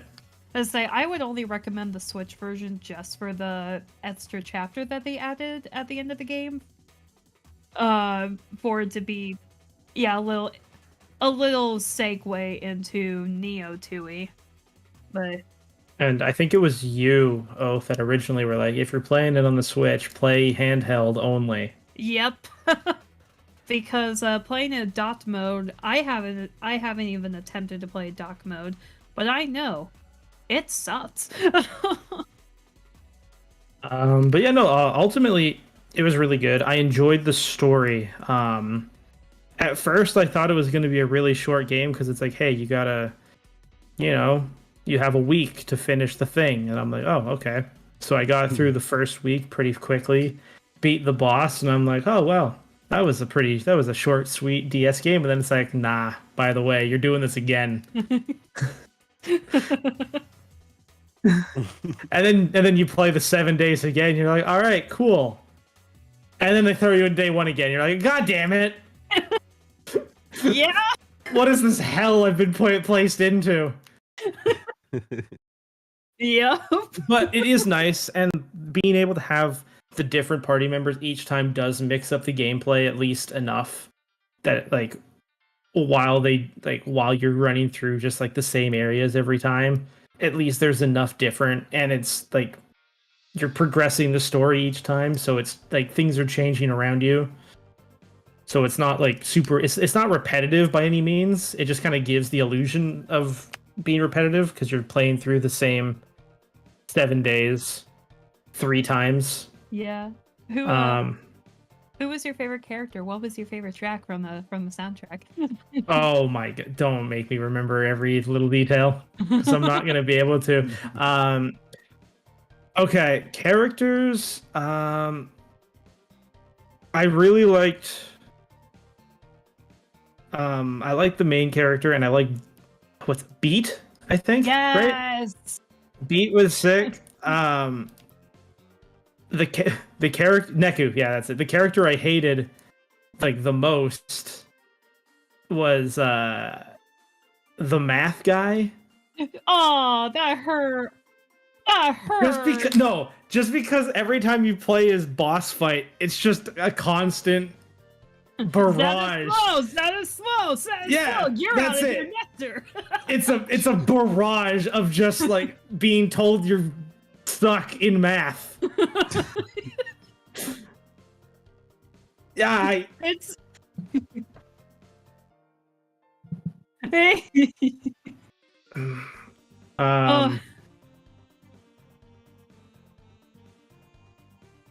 Yes. It'd be hard for it to be worse, I'll be honest.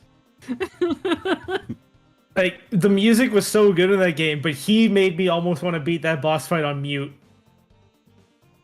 Oh, that. Yeah, but he ruins it. Oh man, transformation.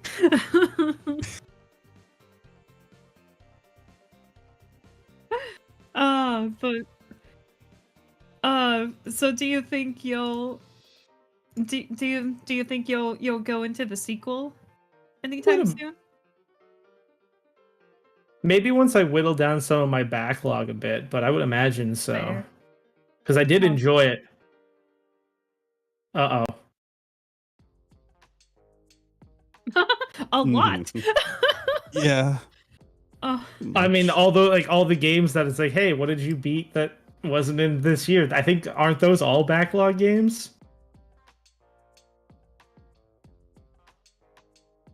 Fair. Yeah, I guess that makes sense. Mm-hmm. So this might be a little bit of an odd pick for me. So we all remember a few months ago how PlayStation announced their new like plus tiers. PlayStation Game Pass? Yeah, essentially. Well, turns out you don't need to upgrade to premium to buy like the PS1 classics on your PS4 or PS5. You could just buy them for like $10 each. So I did that because one of the launch games in the PS4 lineup is a game that I remember watching my dad play when I was very little. And I have been on the hunt for a physical copy myself of this game. Can't find it anywhere. Thank God PlayStation announced for their launch title this short little interesting puzzle game, IQ Intelligent Cube. Yes, it's a puzzle game that was on the PlayStation 1, and you're just playing as this man. There's no story or anything. You're playing as a man who is like on this giant platform of cubes, and you're trying to like get rid of all these cubes that are coming and threatening to squash you under a certain like time limit. It's a very simple game. It can also get pretty complicated too, but I really enjoy it. And turns out this PlayStation 1 game has a JRPG ass soundtrack.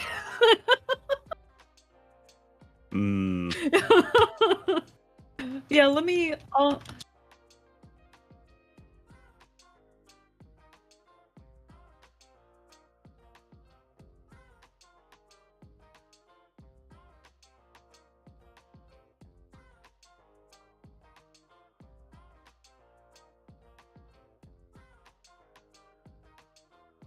Ooh.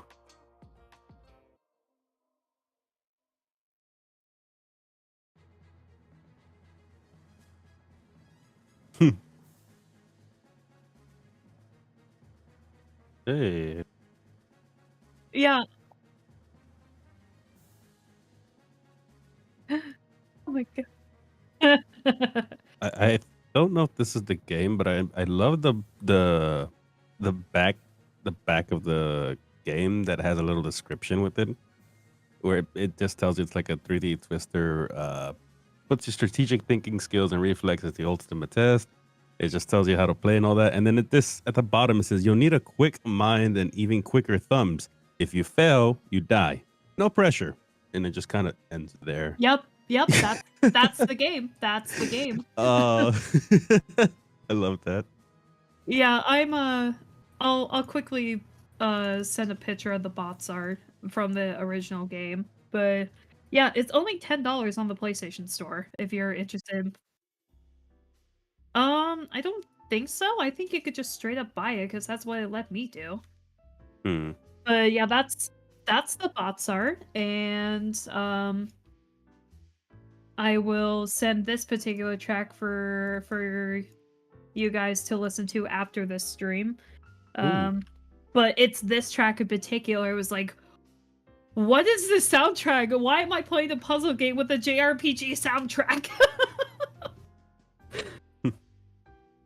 Yeah, but yeah, very short game, but it can also get very complicated. And I had a fun time with it. And if you're playing it on PS4 or PS5, it's also a very easy platinum trophy. Because all you have to do is complete the stage and also get one perfect throughout each stage, and boom, there's your platinum. But yeah, it's I don't play a lot of puzzle games, but this is one I have been on the hunt for a good chunk of my life, honestly. Can never find it anywhere. So I'm really glad that Sony decided to put this on the launch lineup for their new Plus subscriptions. And also the fact that you could just buy it without needing to upgrade your subscription. Thank you, Sony. Thank you.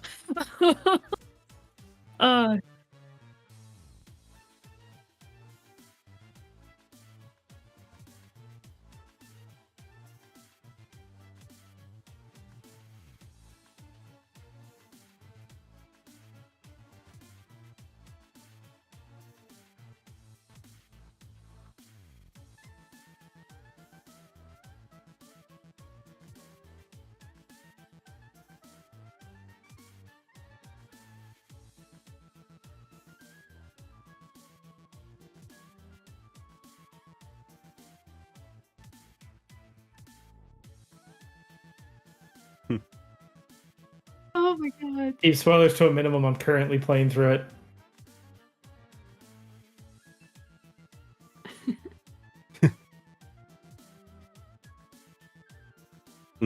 Sad. Recipes. I'm glad he was able to play it one more time for the new Suicide Squad game too. Yeah.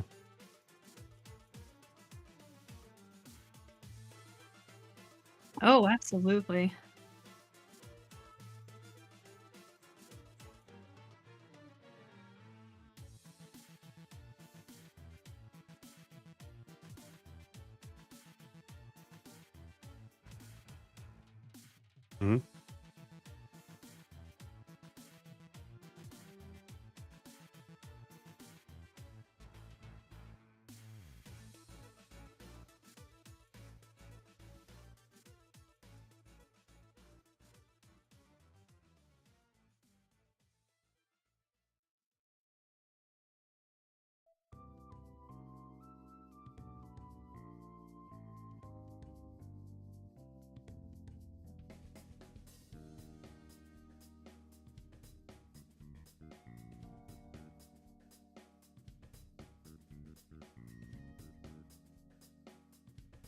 Yeah, always good to play those old corny racer games just because.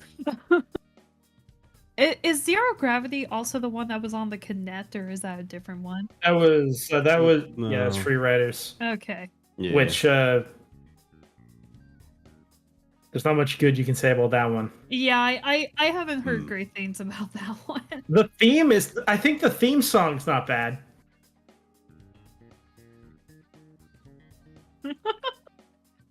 I mean, the soundtrack But for Sonic in general is always good. It's just specifically the Crush 40 mix of the Free Riders theme. Because I think the song that plays like when you boot the game isn't by Crush 40, but they did a version of the song and it's really good.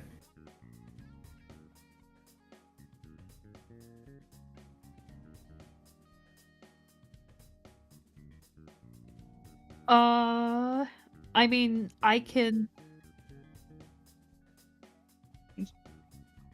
I've pretty mostly tackled older stuff that I keep saying that I was gonna try to do at some point. I don't think I've ever gotten too into like the Dead Space stuff. A lot of people around me were into it. I just thought it was a weird shooter thing until I got into it like somewhat recently. I didn't know there was actual jump scares in there if you're not prepared for it. I thought it was just a shooter alien. I was ill prepared. So I jumped into it unprepared at all. I gotta say though, it's really fun just kind of playing, and you could tell the gameplay is super outdated. The cameras are just, I hate it. I hate it. They're doing a remake of Dead Space, aren't they? Yeah, It's very soon, actually. I think it's this month. I think it's very soon. Yeah. I'm pretty sure. Let me double check. Definitely early this year. Yeah, January 27th. 27th. Yeah. I wasn't aware of this remake. I was just gonna go through the series blind. 23 days from now. Wow, that's a lot closer actually. And I'm trying to basically get through it. I'm just now kind of getting into the second one, and I'm surprised it's not a game I didn't try sooner, because it genuinely feels like I'm playing a classic, like old game. Because obviously, besides the controls, it's miserable but doable. It's not terrible. It's just any game that just does camera controls really awkward is just already a bad time for me.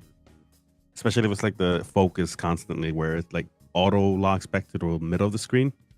That's another thing entirely. But I think Dead Space, I'm surprised I haven't done sooner, because aside jump scares aside, pretty solid. I honestly could just turn off my brain and just enjoy it.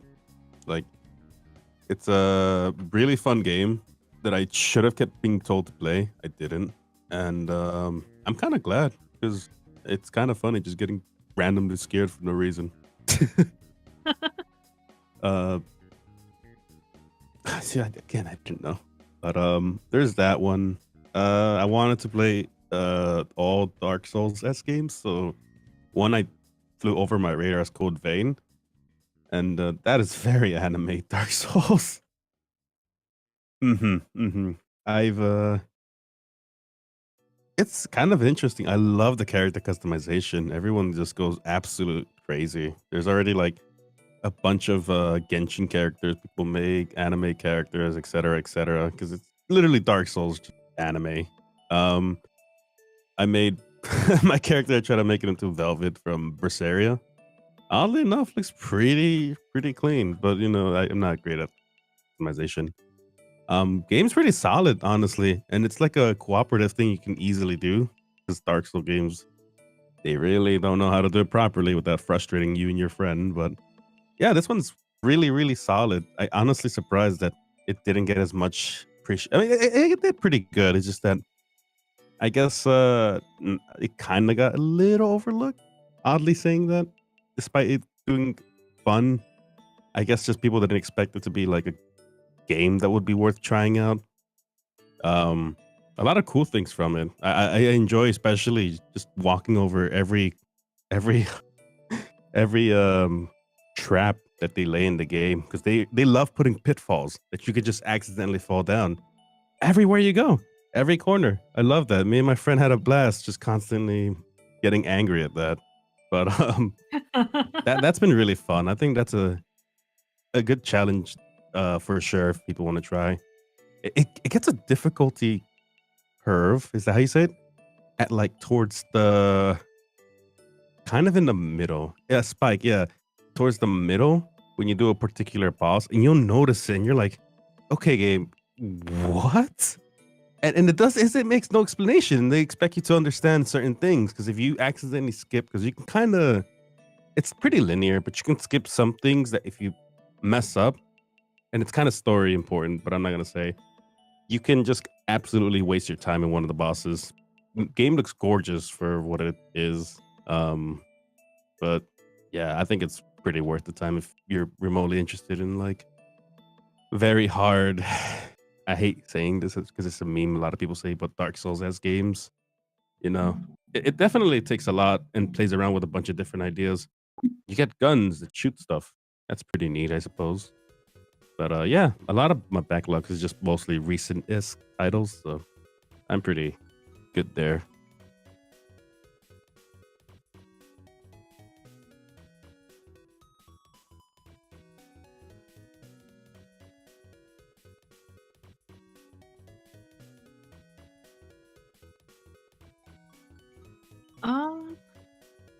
I got a couple. I'm pretty sure Stray is considered an indie, right? Yeah, that's definitely an indie game. Because, I mean, yes, it's I mean, I will say it's a game I actually have been following for years when it was initially called the HK Project.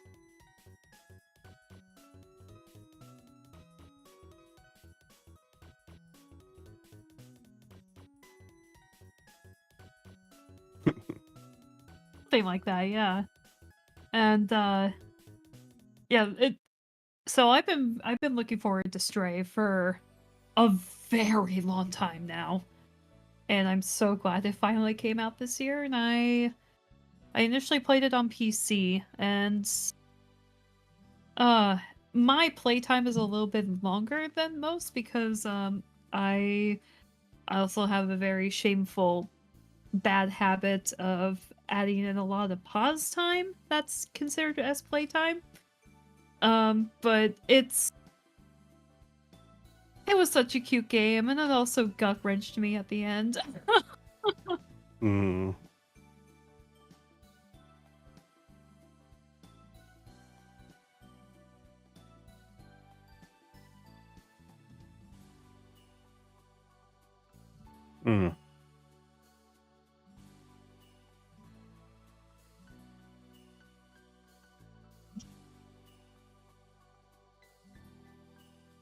Yes.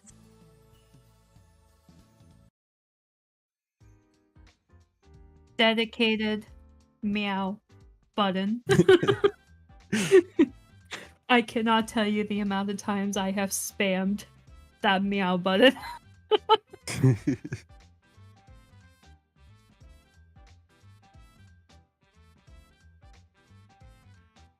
I believe so, yes.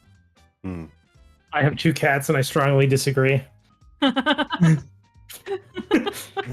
they just point like signals to each other or something. I don't know. Do they speak like that to one another? Because I have 2 cats just constantly like don't even look at each other. They're just constantly like trying to get everyone's attention in the house. And the moment people are here, they're like, "What?" They're like, "Stay quiet," and then don't even say anything. I'm like, "Best."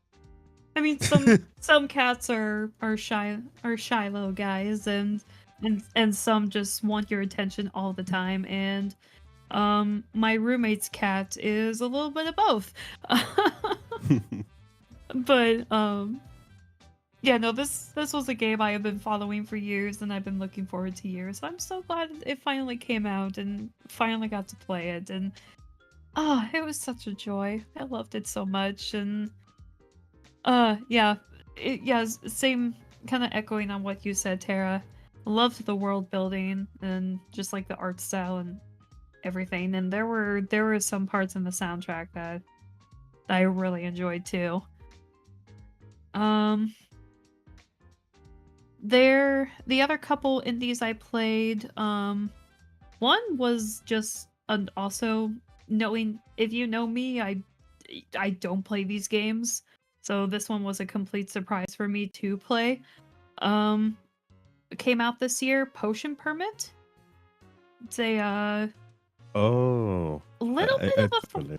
a little bit of a farming sim, a little bit. Plus, oh God, how do I describe it? Little alchemy game where you can like make potions, and you're like building relationships with the townsfolk. Because you're playing as like this alchemist who is from the big city, and was tasked to help out the people in this small little town.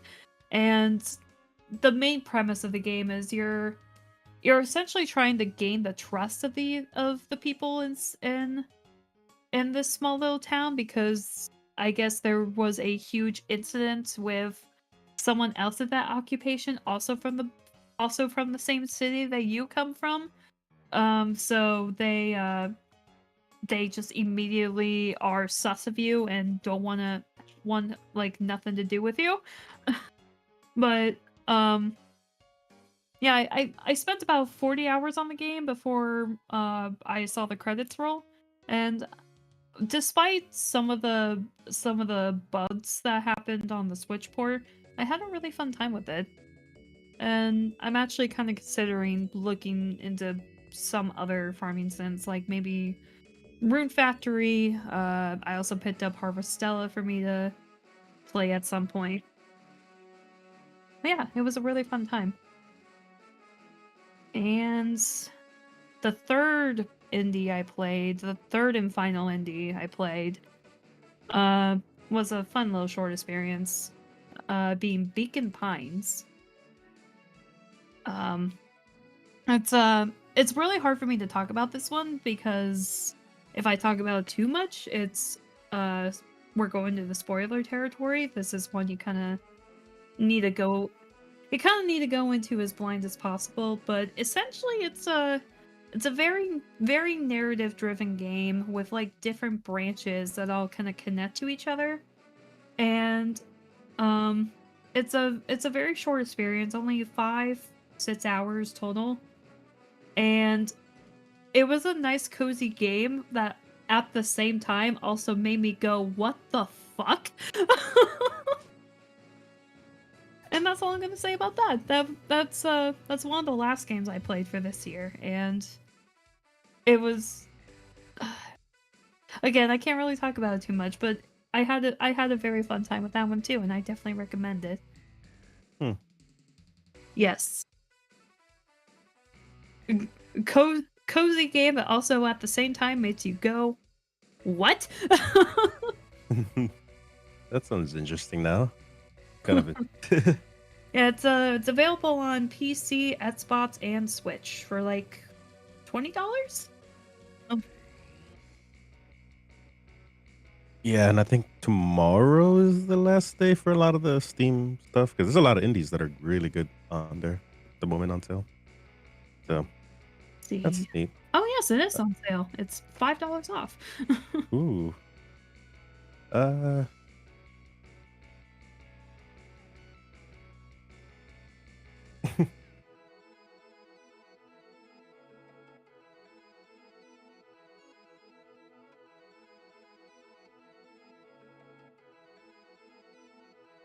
That's on my backlog.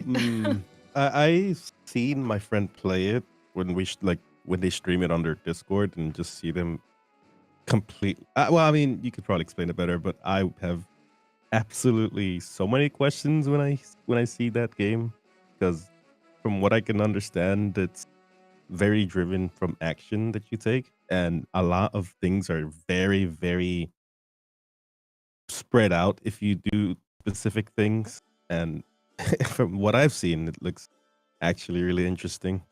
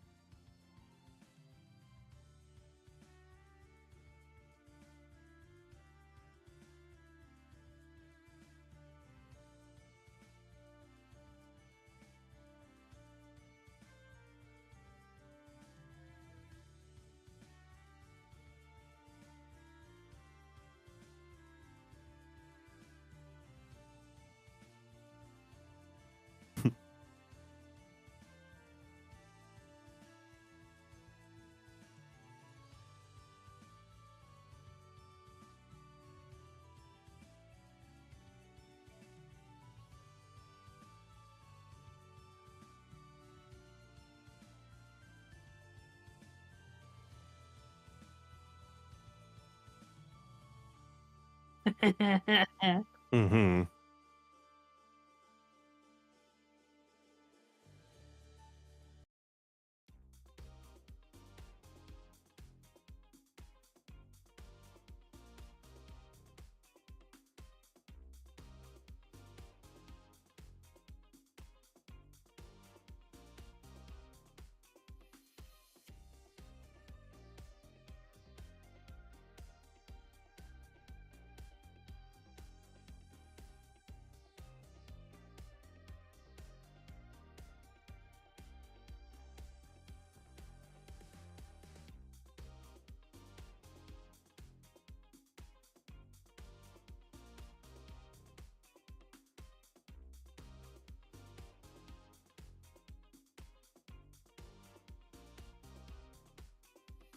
Oh my god, yes.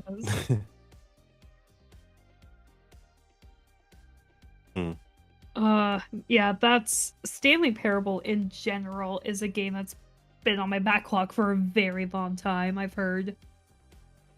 Yeah, I probably should. So for a first timer, do you recommend the original game or the deluxe version?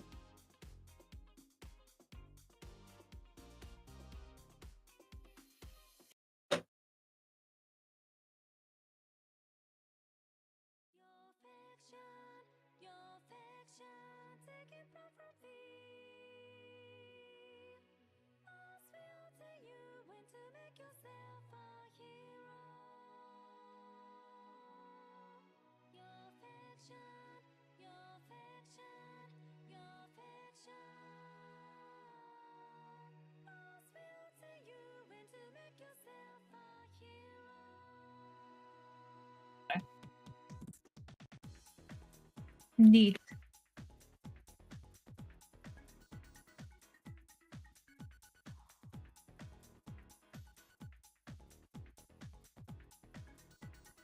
Mm.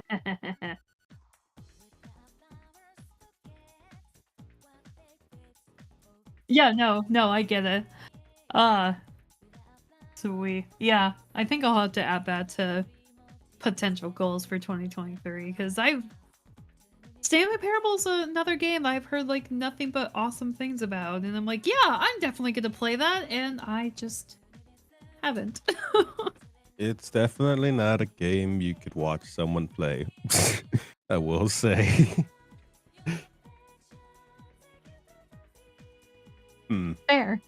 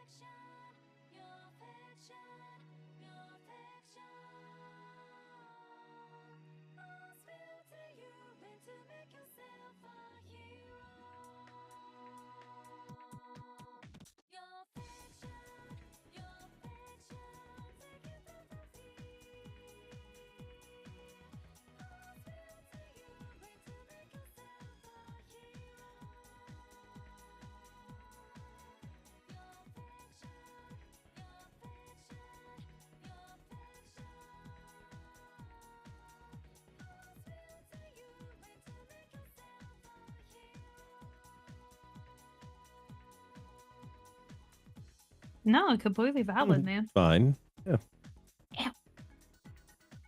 Oh,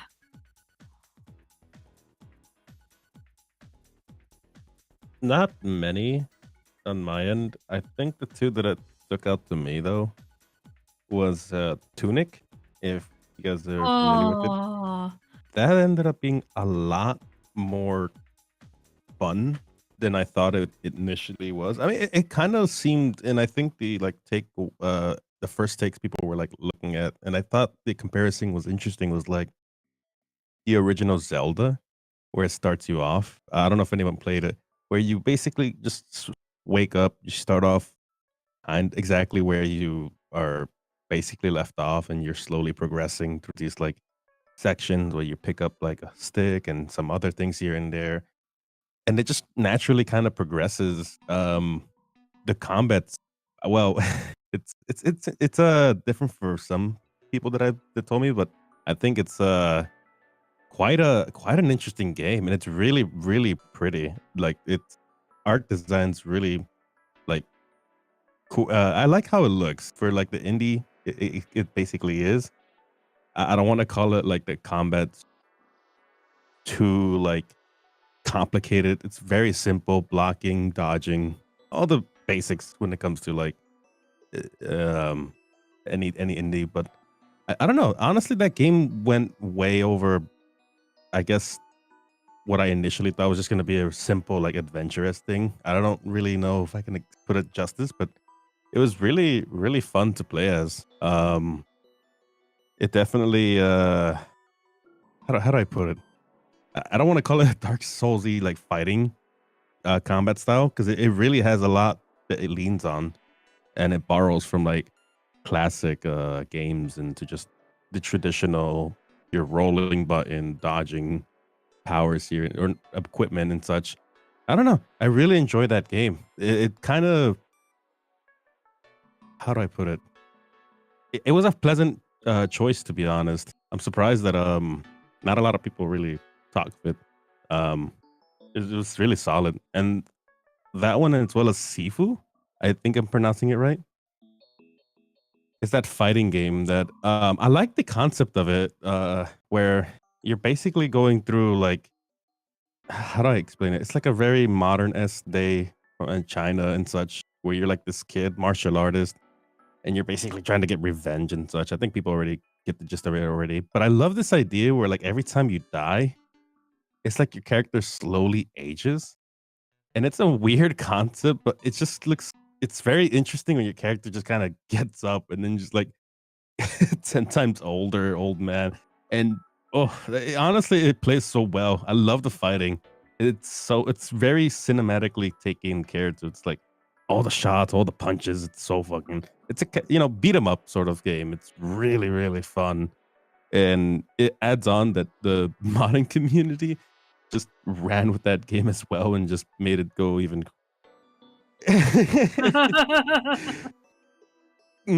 I've seen like so great. They just Kiryu modded in. So funny, Master Chief, all that. But it's so, I don't know. It's a, if to get down to it, it's just a casual beat 'em up kind of like game, and honestly, it's really fun. I think it's also a game that I think people have already seen, but it's something to try. I don't know. I really like this one. Yeah, I think those are the only indie games I've tried, honestly. It's haven't seen too many that I sparked my interest, but that's far as mine experience goes with them.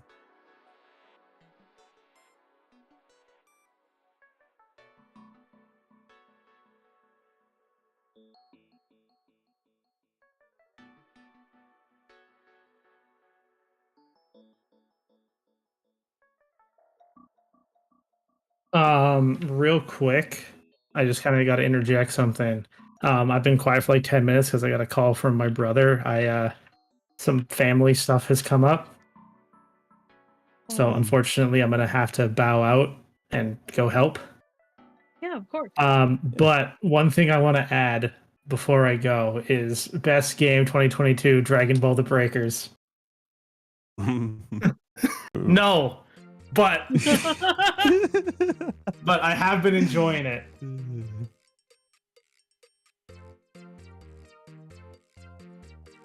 I was because I wasn't 100% sure, but I've been playing it with some of my buddies, and it's a great time if you're not solo queuing by yourself. Oh, yeah. Solo queuing bad. Actually playing the game with friends, I believe the way it's intended, good. Great, great time. Hate the gacha aspect though. Oh, there's a gacha aspect. Yeah. No. Well, kind of, but it's like. So I don't know if anyone's like Tara. You played the beta, right? So like you know that when you're the survivor, you have like the character, like the what is it, like the skills, and you can like transform and like have the powers of like the Z fighters for like a brief period of time. In order to get different skills with different power, with different characters and different like special moves, it's all the gacha aspect. Of course. But I mean, hey, I just recently got the most broken skill in the game without having to spend money on it. So, Well, there you good with the go. bad. Oh yeah. But yeah, I unfortunately do have some family shit to take care of. So I apologize for coming in late and then leaving early. But Yes. Thank you for stopping by, man. Yeah, see you, man.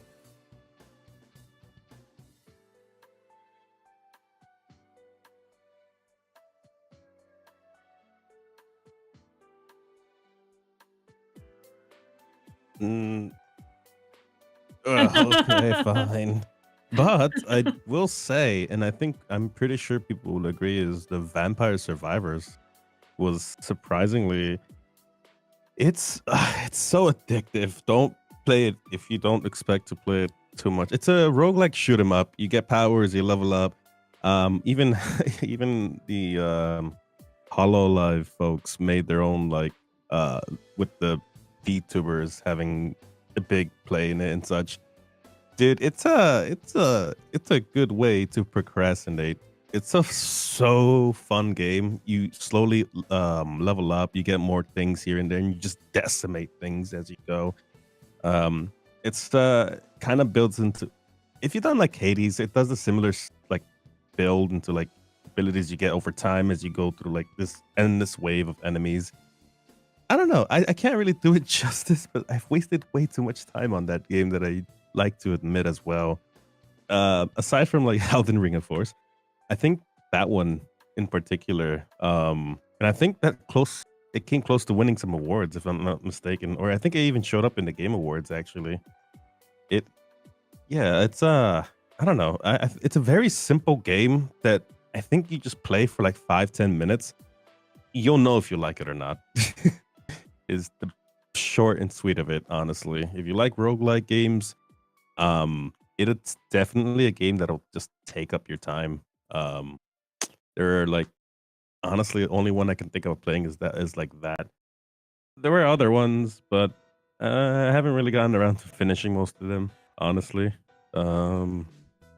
Like Pokemon Breakers, I played beta, of course, and a few others, but I'm sure you guys have yours as well. You guys probably want to mention. Of course.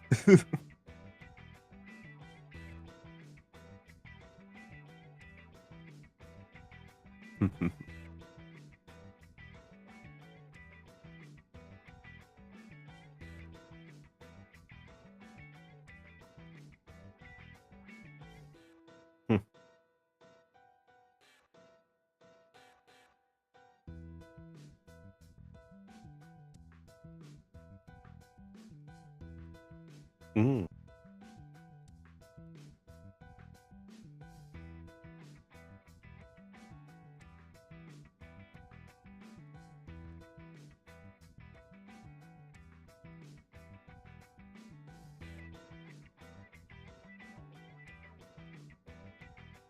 Wow. That's a very. It's the 3D one, isn't it? I have this. Right, right. I love that. I just see like these little wacky things that Kirby can do, and I think one of them was become an actual car. That's, Oh yeah, goodness. I'll pop in and say that Forgotten Lands was actually my very first Kirby game, and Ooh. I'm actually very glad I started with that. It was also a really fun co-op experience with me and my now husband. Uh, it was it was so cute. I really liked it, and now I'm actually trying to look into other like mainline Kirby games. Like I actually randomly stumbled upon Triple Deluxe on the 3DS for a pretty decent price.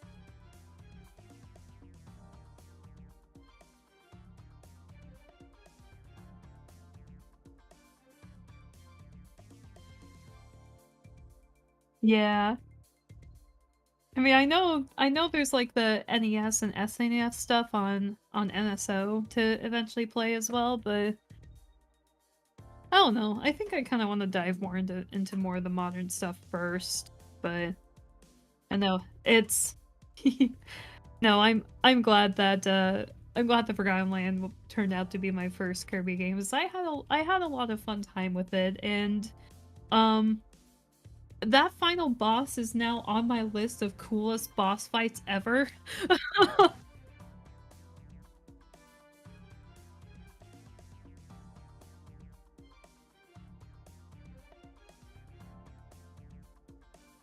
Yes. Yes. I we still need to dive into all the post game stuff, and there's still a few Waddle Dees. Yeah, no,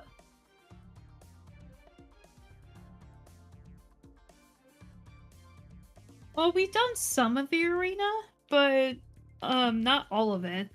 Um, and we've yeah, I'm trying to think. Yeah, we did a little bit of the arena that's in Waddle Dee Town. Um, we did 2 or 3 of the cups that's in that. Um, but yeah, we haven't like fully done it, and like the post game stuff where you like go through the levels again, but with like a different objective. We started to do that, but haven't finished. And yeah, there's still some Waddle Dees that were missing in some of the regular levels. So one of these days we're gonna go back and like actually do all of that, but for the time being, like I am satisfied with like how it ended, and I had such a fun time with it, and I forget right at the top of my head, but there was one track from that in particular that I was just like bopping to.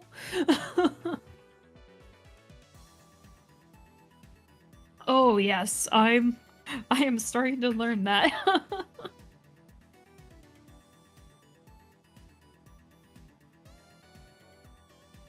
Yes. No problem.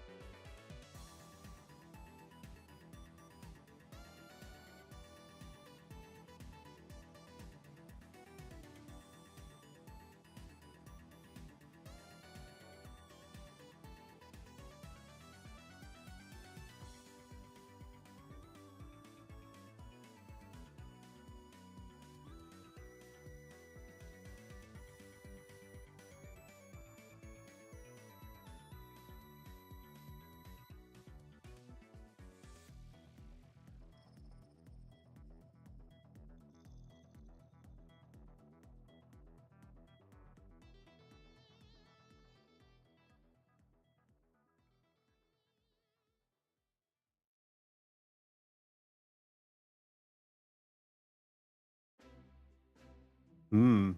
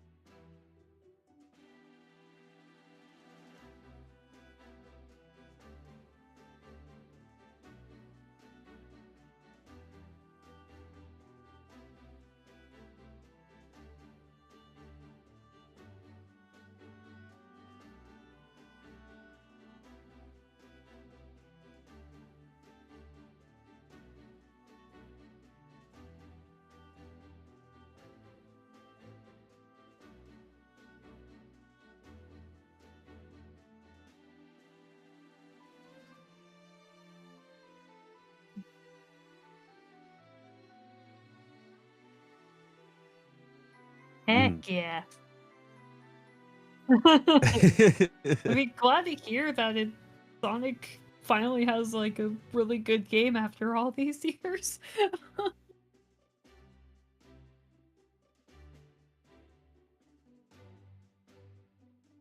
Yeah. Mm.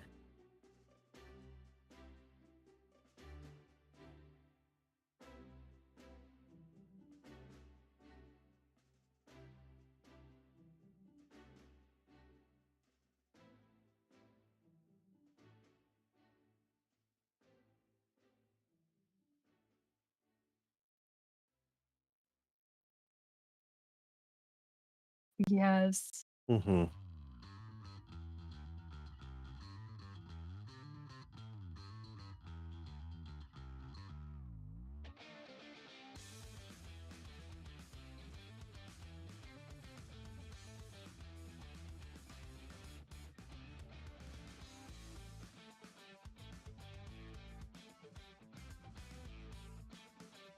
Mm. Fair.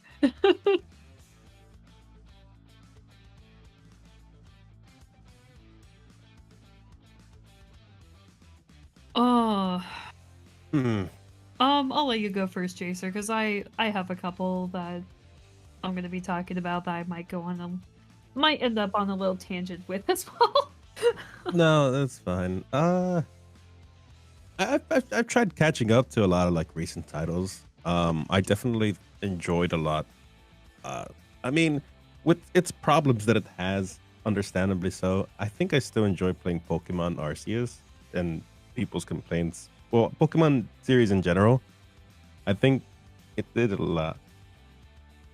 Yeah, I was in a because they didn't because I think people didn't like the whole idea of how it was going, and then it kind of got transitioned into Scarlet and Violet, But that one kind of received a little bit on the worse end with it being excruciatingly buggy. Yeah. A bit of a not a it still has a very, very tough, you know, startup going, and it's still not looking too great for it now, and people always finding ways to nitpick about the game in general. The reason I kind of put them together is because they both share the same similar problems that I think I don't know what problems, but I think I still enjoyed the game. The base game, it plays as well as you expect in Pokemon, and I think it carries as well because I think the actual game itself is great. It's fun. Yeah, there's some game-breaking things that you can kind of trigger, even accidentally when you're not supposed to be in certain sections. The game just like misunderstands that, and you might accidentally be like 40 or 50 levels underneath where you should be. But it's kind of meant to be like where you kind of just choose because it's really neat what they did in Scarlet in Violet, where they give you like three kind of ish story or two stories you can kind of branch around and do, and you can do one to just do the main like gym battles and such. You follow this I forget their names. You could do her story and just kind of follow along that, or you could follow the other guy who's basically kind of doing like the research on like the Pokemon that are like way bigger than they should be, and you follow that one, and that they both have a really charming story, each one that you go to, and for each one you accomplish, obviously you get your rewards. But I really like that there's like so much content kind of filled with it, and I don't know, I think I've been having so much fun playing Pokemon, despite its rough around problems I've been having. And it's been kind of a solid game for the most part. It's just hard to describe a lot of its problems because you can understandably, I guess, for a game to what is a Game Freak, for as long as they've been publishing these games, you could understand the flack they get, like, oh, why isn't it doing better than this? But I'm like, come on, man, they have, I think, what, like so many Pokemon kind of like program and anime and all that, and yeah, so it's like it's a little here and miss for some of those claims, but I think it's still a solid game. I've been playing that on my Switch a lot more as of late. I don't know. I really been enjoying it. I don't have too much complaints. The bugs are always fun when they're not slowing my frame rate sometimes, but aside from that, I mean, I can only really think of like Ghostwire Tokyo, if you guys are familiar with that. Oh, It's okay. I think the story is good early on. It tries to stick and land. And I like the idea of the combat with like all these abilities and powers you get over time. Admittedly, it does get repetitive in some sections, and even for like the side things you do, like the side missions or like quests, whatever you want to call them, they do get a little kind of flat out very early. There's like some cool, interesting stories they do, but it easily just gets kind of pushed away when you realize that a lot of the stories that you basically, or a lot of the areas that you do is just clearing a shrine, goes to the next one. Clear a shrine, you keep going to the next area. And that's fine and dandy, but it doesn't have too much to hold itself together. The enemy variety is very limiting, admittedly, especially when you're kind of traveling everywhere. It's, you know, I love the style of the game though, and the writing actually gets even pretty up there in some areas towards the end, but that's like a full gap from the beginning of the game towards the end. Not to say that they didn't do a good job, it's just if you're doing the same thing and your core mechanic kind of gets old a little quickly, it's hard to like defend it overall, you know? I think it's a good contender for early on games. I think just would I rate it high? I don't know. I think it has a charm and I think I like it. Oh. Yeah, it's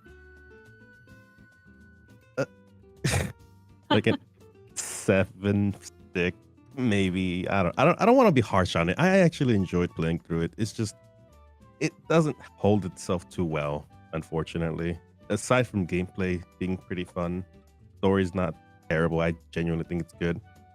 It's it's not a bad miss. If you have time for it, if you make up for it, I think it could be a casual game you could play. But that's about it, honestly. Hmm. Again, I think I had fun, but I don't know.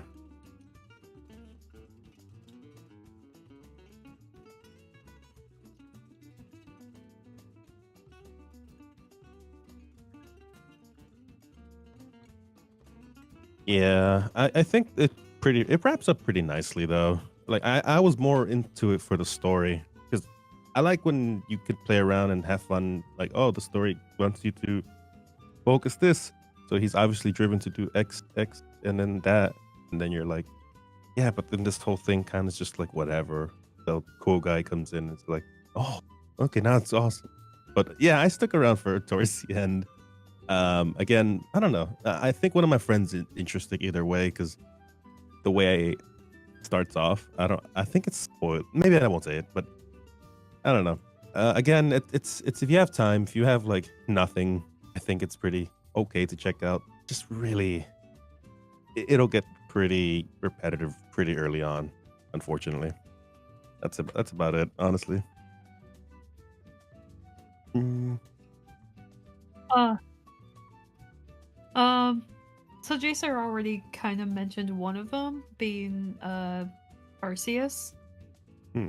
Arceus is the most fun I've had in a Pokemon game in a really long time.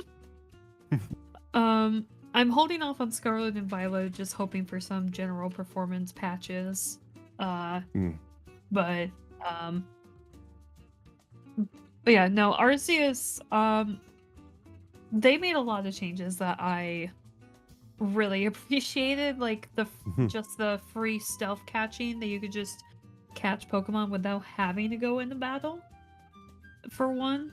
And the story was really good, and some of the boss battles were like really challenging. Like, I know there are some challenging boss battles in previous Pokemon games, but like I don't know, these ones in particular, like I definitely felt more like a challenged clear in spike personally. in Yeah, some areas. Yeah, I think I know what you're talking about. something that's not Elite Four, I should say. I mean, I know there are some challenging bosses in the regular games too, like the infamous, is it Whitney with her Miltank? Yep, but it's just been a really long time since I've had like legitimate fun and want to do a lot with a Pokemon game. And it's actually dethroned Ruby to being my favorite Pokemon game. And that's saying something. Yeah. And I'm just really hoping they'll make more Legends games in general. Oh, absolutely. Great. It's wonderful how they try to change things. Again, maybe it wasn't fair to say like I kind of put them into somewhat a similar category, but I think I love what they're doing with the mechanics of making the open world kind of like exploration and such. It's super great. Some people I know aren't too much of a fan, but I don't know. I think it's great personally. I wish they really do more of these. Yeah, no, personally, in general, I'm not too big of a fan on open world games, but I think Pokemon is a franchise that like really needed it. And Arceus was definitely a good start. And Scarlet and Violet, I mean, we're getting there. Like, it's definitely more open world than Arceus, but they released it way too soon. Yeah. But yeah, in general, I think Pokemon is heading toward the right direction. Especially with a game that's as great as Arceus.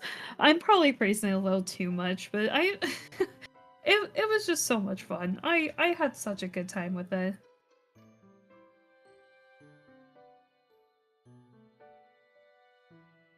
Yeah, exactly. Mm. Yeah, you can only do so much with such limited and now older hardware.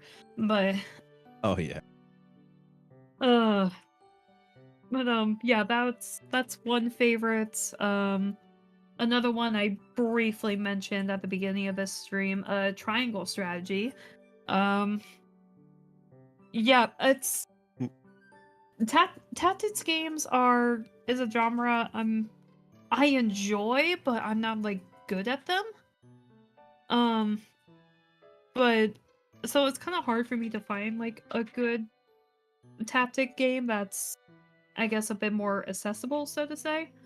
Um but you know this one had really good story. I really enjoyed the combat. All the characters were super fun. Lots and lots of political intrigue, which is something I really like in my fictional stories. um, uh, but yeah, it's a game that also has like multiple paths, and the ending that I ended up at I really liked. And one of these days, I'm gonna try to go for the other endings, especially the true ending. Um, but and once again, the soundtrack so good. I I just had such a fun time with this game, and I I'm I'm really starting to fall in love with this dev team and the whole HD 2D art style. Like I already fell in love initially with it with Octopath Traveler, which I still need to finish on stream one of these days. But um you know, Triangle Strategy really sold it for me. Unfortunately, I wasn't able to play Live Alive this last year either, but I'm really looking forward to playing that and hearing more about the HD 2D remake of Dragon Quest III and whatever else they have Mm. planned. Just at this point, anything from that dev team isn't on a buy for me. Oh, absolutely. Uh, but yeah, I love that game so much. Again, it's really hard for me to go into detail without going into spoiler territory, but um, and then yeah, it's just a game I really recommend. It was a really good game that was a timed exclusive and very quickly turned around to also have a PC port now. Came out like 6 months later, I want to say, which Mm. that really surprised me that I had such a quick turnaround to get a PC port. But yeah, very good game. Highly recommend.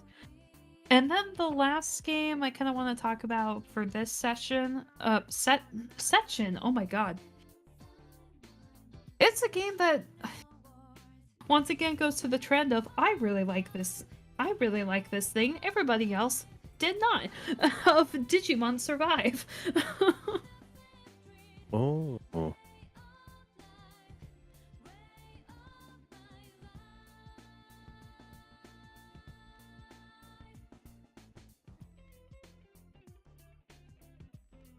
Yeah, Mm. that was something that really pissed me off when the reviews were coming in. I'm like, I didn't know it was gonna be a visual novel game. This sucks. I was coming in for the tactics. I'm like, they literally advertised it as a hybrid visual novel and tactics game. you, you, yeah. Especially because this game's been in development hell for so long, man. Ugh. And but this one took me longer to get through, not because I wasn't enjoying it, but because a lot of real life things just kept getting in the way of me being able to fully commit to it. But I did eventually finally finish it, and the ending I got was overall a happy ending. Some characters did die in my playthrough. Oh. And the first two characters that died, I was like, oh, whatever, didn't care about you anyway. but then the third character, oh, that hurt. Oh, that hurts so much. Oh my god. And if anyone wants a little bit more context without me fully spoiling it, it's I ended up with the Harmony route. So there you go. But once again, that's a game that I fully enjoyed, really liked the soundtrack, liked most of the characters. Was happy to see some Digimon again that I haven't seen in quite a while, actually. Like Piedmon is one I haven't seen in a really long time. And he was pretty heavily involved in that story, and also along with I can't remember her name, but it's like the red spider lady Digimon. Yeah, I can't remember her name at the top of my head, but yeah, she was also heavily involved with that story, and that was really nice to see, like see some Digimon come back that you just haven't seen like in a really long time.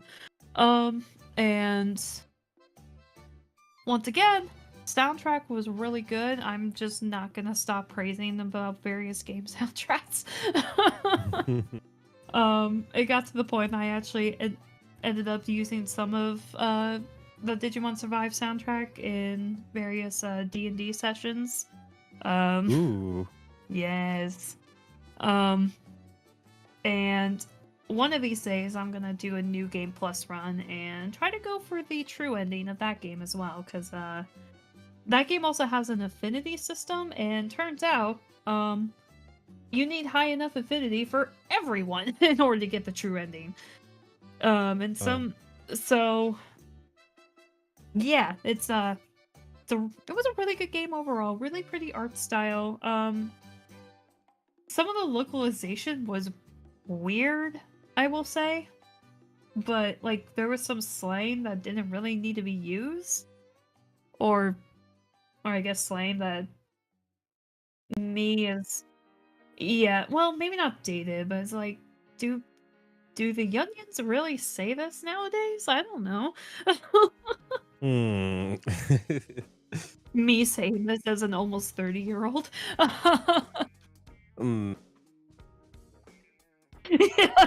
Whippersnappers.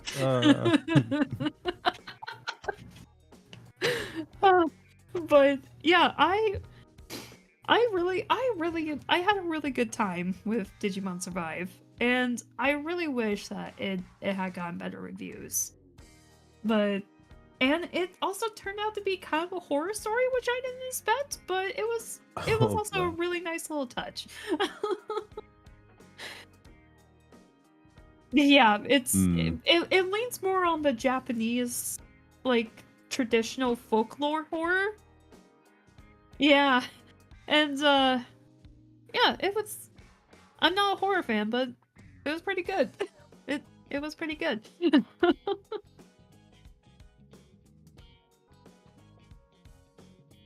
Oh, well, considering the situation that the characters were in, I would say it was kind of natural. But it's kind of hard for me to fully comment on it because I'm not of that representation. But yeah, I guess if anyone who either has better knowledge of it or is part of said representation wants to further comment on that more accurately, they can definitely elaborate more and correct me on any errors I may have made in saying any of that stuff just now.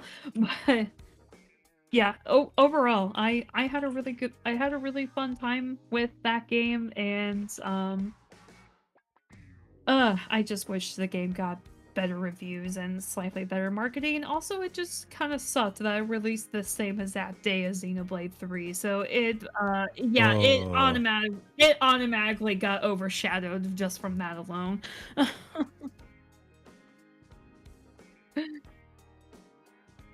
And I mean, I've heard us. Oh, go ahead. Sorry.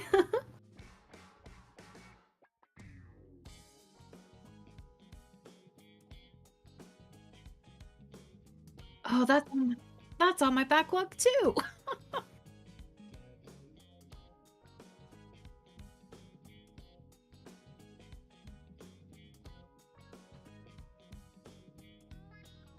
I mean, I know it's a platformer game, but that's all I really know about it. Like That's about it as well. I think I've heard of it. I just not familiar with it itself.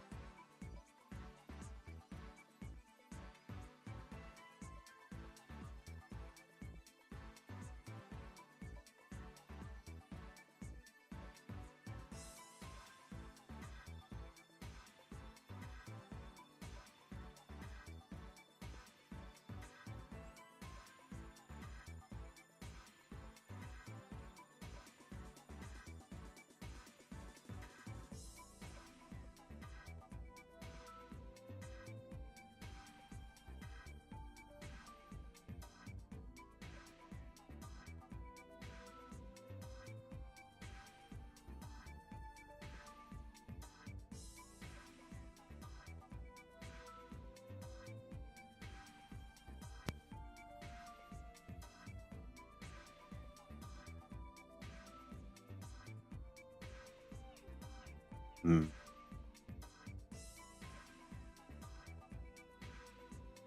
Yes. I'm I'm interested. Gut-wrenching stories, very emotional ones. I'd love to have my heartstrings tugged whenever I least expect it. What's it called again, actually?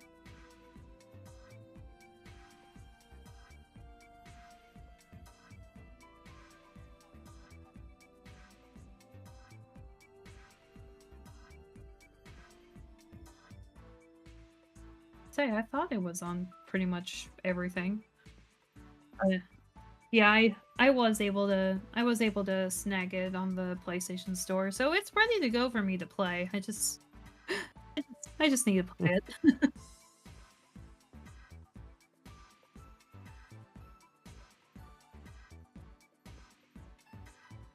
Hmm.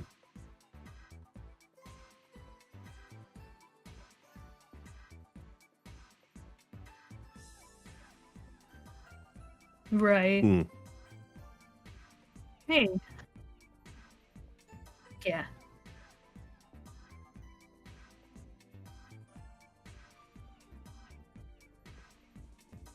Oh, absolutely.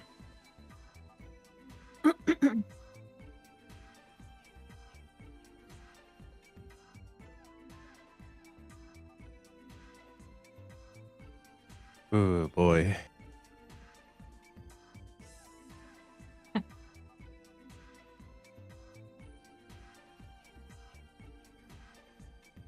So I'm actually playing through a really big backlog title right now as we speak. I'm actually almost done with it. Because I got a little bit of a head start, like, just before Christmas and, kind of speeding through it. Um, under the, pestering of another friend of mine, I'm finally playing the Xenoblade series. Oh, that's gonna be quite something. Yeah, I'm actually near the end of the first game. Yeah. Granted, uh, almost 45 hours? Hmm. Yeah, I There's mean not sure. I'm kinda skipping over a lot of the side quests, so that's probably reducing a lot of my playtime, but Hmm. which, I mean, yeah, I'm probably paying the price for it, 'cause, 2 chapters in particular were major difficulty spikes for me, chapter 8 especially. But, yeah, I played through chapters 15 and 16 last night. And despite some minor gripes with it, I'm having a really good time with it overall. Which one?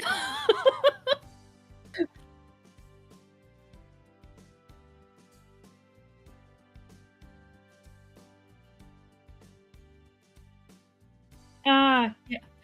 Uh, I'm just gonna say they were sus all game long, but god damn it, the way it was revealed.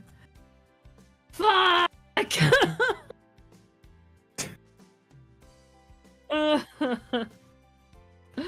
Oh my god. So I'm ready to I'm ready to kick everybody's asses with this next chapter. But with that I'm also hoping to tackle Xenoblade X as well, because I was able to snag a physical. Mm. I was Yeah, I was able to snag a physical for that, and thankfully got the game updated so it can run more properly from what I've heard. Um before the before the yeah, which God, it's so stupid that they're shutting down the stores, but we're uh I mean I bought the Wii U for very specific games in this last couple years, um but at the same time, fuck, there were still some games I wanted to get and now it's too late to buy them. It's my own damn fault for not getting them sooner, but I wish you were still able to add some funds to the Wii U shop. But anyway, that's another story for another time. But so yeah, getting the start on the Xenoblade series for this year. No way in hell I'm gonna be able to tackle the entirety of the series in 1 year. But at least getting a start. Yeah. I mean, with me being a big JRPG player in general, it's gonna be very hard for me to tackle that whole entire series basically in one sitting. Yeah. Mhm. A couple other goals. Well, I have a couple carryovers from 2022 that I unfortunately wasn't able to play. That I mentioned in the last retrospective stream that we did. So speaking of JRPGs, the Bravely trilogy is a carryover. I started Bravely Default again, and turns out I kind of fucked up uh with the with the leveling system, and well, I'm already committed to this app, so I might as well see it to the end. But there's that whole trilogy, and as well as Astral Chain that's been on my backlog since it released back in what, 2018? think 2018. And then Ender Lilies is another game that I said I was going to play in 2022, but I unfortunately did not. That one might be a week or so worth of a game to play through. I know it's hard as heck, but I really want to play it for the pretty art style. God, it's so pretty. Otherwise, some general games I'm hoping to get to in 2023. Outside of Xenoblade, I want to finally start playing the Yakuza games myself. Ooh. Let's go. We got another one. So, at minimum, I want to play 0 as well as Kiwami 1 and 2. I mean, if I get to 3 and beyond, great. But I just want to at least play through those 3 games throughout the year, just to start off with. And then I finally want to tackle the mainline Shin Megami Tensei games. Starting with the HD remaster for Nocturne. Yeah, I mean, Persona. Are they long? The Shin Megami? Oh boy. Yeah, that's why I'm only gonna play one game like per year for that series. 1 and 2 don't seem to be very accessible, so 3 seems to be the best place to start in terms of like going in numerical order. And then yeah.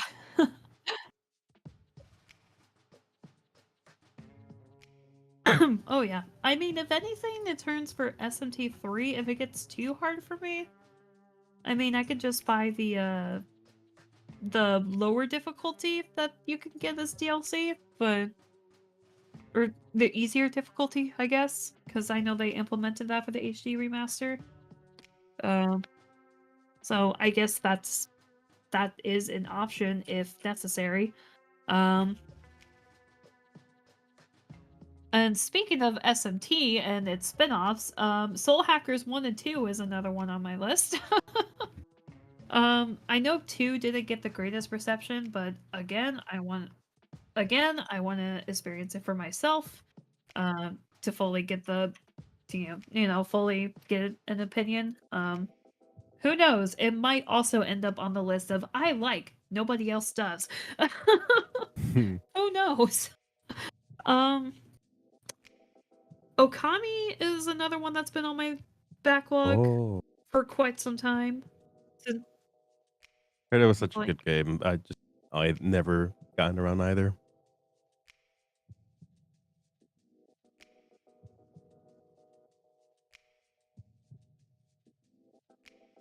Oh man. Again, I got the HD remaster, so I got it on my PlayStation. Again, it's been ready to go for a hot minute. Taunting me.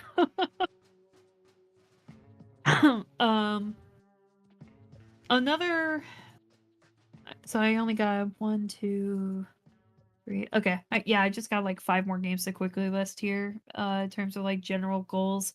The next one being a surprise, kind of sort of Square Shadow drop. I mean, they showed it in one of the summer game shows from 2021, but so yeah, I don't know. It kind of went under the radar, but I'm kind of interested in it. Being dungeon encounters.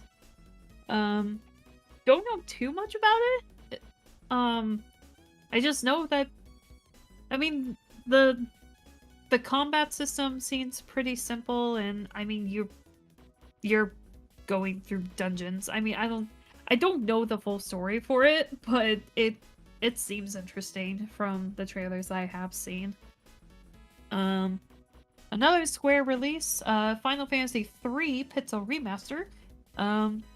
Finally have access through these Pixel remasters to play through all of the older Final Fantasies for the very first time. So, So in 2021, I played Final Fantasy 1. In 2022, at the very end of 2022, I played through Final Fantasy 2 and had a lot of dumb fun with that game. A lot of people don't like the strange leveling system. I just had a lot of dumbass fun with it. So yeah, 3 is next up on the list. The general goal is one pixel remaster per year. So, and yeah, 3 is next up on the list, and heard pretty good things about this one, but not still one of the lower rated ones in terms of like the love it gets, I suppose.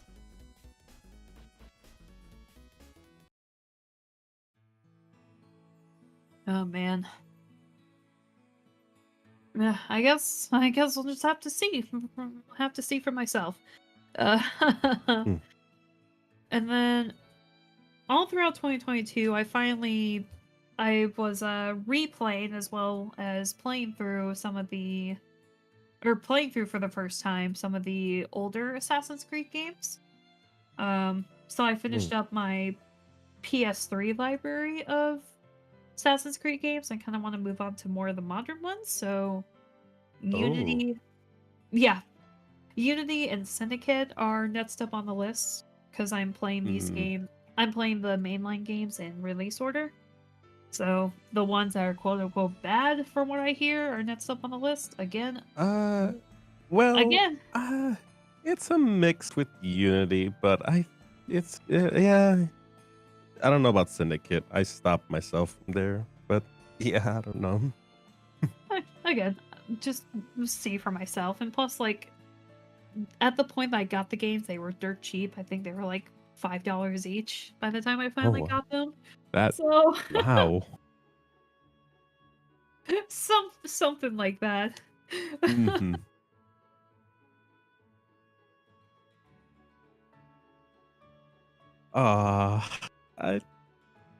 That's I don't know. Probably a little bit of both. Both probably because this game looks beautiful for sure. The Assassin's Creed series, but how much? For how longer? Ubisoft. You know what I mean? Yeah. Oh, goodness. I don't know. I really like the older Assassin's Creed games, but I haven't seen enough of the new ones to really get an opinion on them. But it was like, man, I loved these games, toward the latter end of my high school years. And it's been a long time, so like it's about time I finally get back to these and finally get caught up.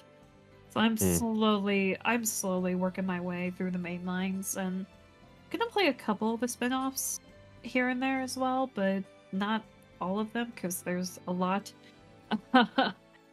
But yeah, my main focus in terms of that franchise is all the main lines, and trying to see if this story that's been going on since game 1 is still gonna really continue, or if it's just gonna go in a completely different direction. And then the last couple games I have on my list are AI the Summoning Files, both the first and the second game. Yes. Playing through the Danganronpa series has kind of sparked a love for murder mystery visual novels, and I know this kind of aligns with that. Especially the publisher for both of those franchises being Spike Chunsoft. So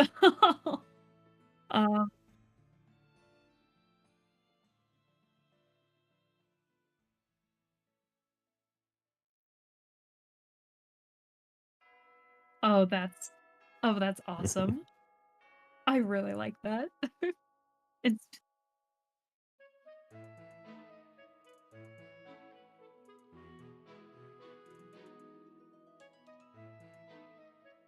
unfortunately I did try that game, and I couldn't get into it.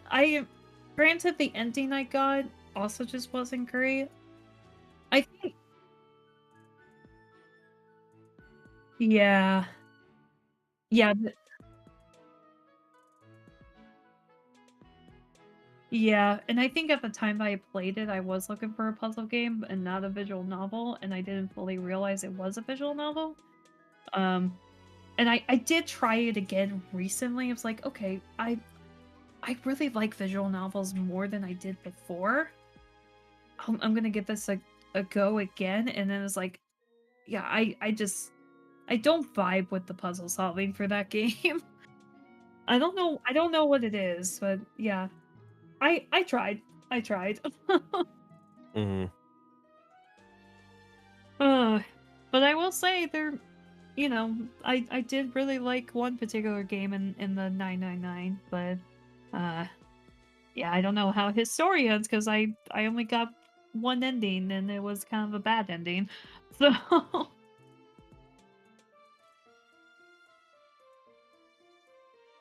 Mm. valid. um and then the final game, oh boy, it's gonna be a commitment for sure. Uh-oh. Uh Fire Emblem Three Houses. Oh. And my reasoning,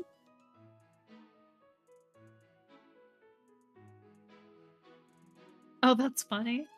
And and my reasoning for this is I'm in Chaos X's abridged series for that game. And I'm watching it and I'm playing in abridged scenes of like important parts of that story. I'm like, I don't know the original context for this. I really should just play through the game and know what's actually going on here. so so here I am gonna commit to the original game while also voicing in the abridged. and Hmm.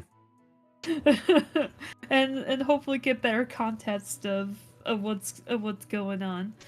And then depending on where I am in the year, by the time I finally play through all, I don't know how many routes there are with the DLC and everything. But oh god, yeah, I Oof. got. Ooh, I gotta play the game 5 times. Let's go. But depending on where I'm at by the time I finish all, this is a major maybe, but I might go into Three Hopes as well. Or that will be saved for 2024. Who knows?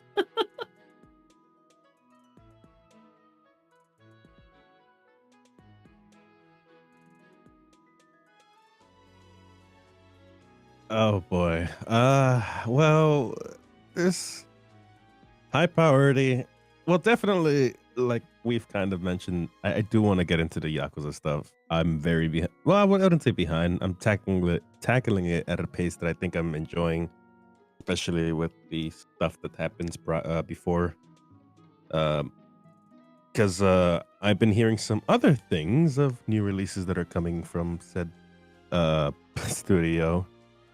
Yeah, so I'll leave it maybe for another. But that series in particular, I really want to get down to. Um, I've already like kind of mentioned a whole lot about it. It's been my favorite so far, and I'm damn well ready to tackle it for this year. But there's like others like the Dead Space stuff. I really want to get it done before that remake comes out. It's just a remake. I probably won't. But my friend wants me to try out, I think, the third one with him. So we're gonna basically, yeah. So he wants me to play the first two and then see how that one goes. If it's gonna be probably a shit show, knowing how we play together. It'll be fun, especially because he loved the game originally. He's the one that got me into it. I think only reason he wanted me to play was for the first initial jump scare here and there, which fuck him. but but I'm kind of liking it. I don't know, the clunkiness. It just screams like, yeah, it's a very old game. I'm liking the style, and it's very very up there in the list that I'm most likely gonna get to at some point. We were talking about the Plague Tale series. I think there's only two. Yes. I have heard nothing but good. And it hurts me that I haven't tried it yet. I got the Xbox Game Pass, so I have the no, no problem. I got the Xbox Game Pass thing, so I got the first one for free, and I believe the second one there was I think I bought it. I had to double check. There was a a small deal, which like I think like $3-5 off. I don't remember, something like that. And I think I got gifted it. So I'm like, well, now I have to definitely tackle this because I love more serious stories now as of late. Like I do like my gamer side where I'm like, oh, no brain and pew pew whatever. But a lot of story driven games, especially if they tuck your heart in some areas, I really really want to try that out. You know, it's It oh yeah. I am It's excited.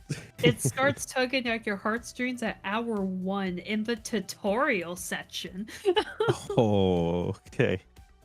It's nice to be told. It's yeah, I look forward to it. I don't know. Oh no! Don't say that. Oh no. Well, that's definitely a series though. I think I'm just trying to tackle series that I haven't missed, that I missed the opportunity because I just haven't had as much time before as now. But those three for sure. Oddly enough, I want to do the Witcher series again.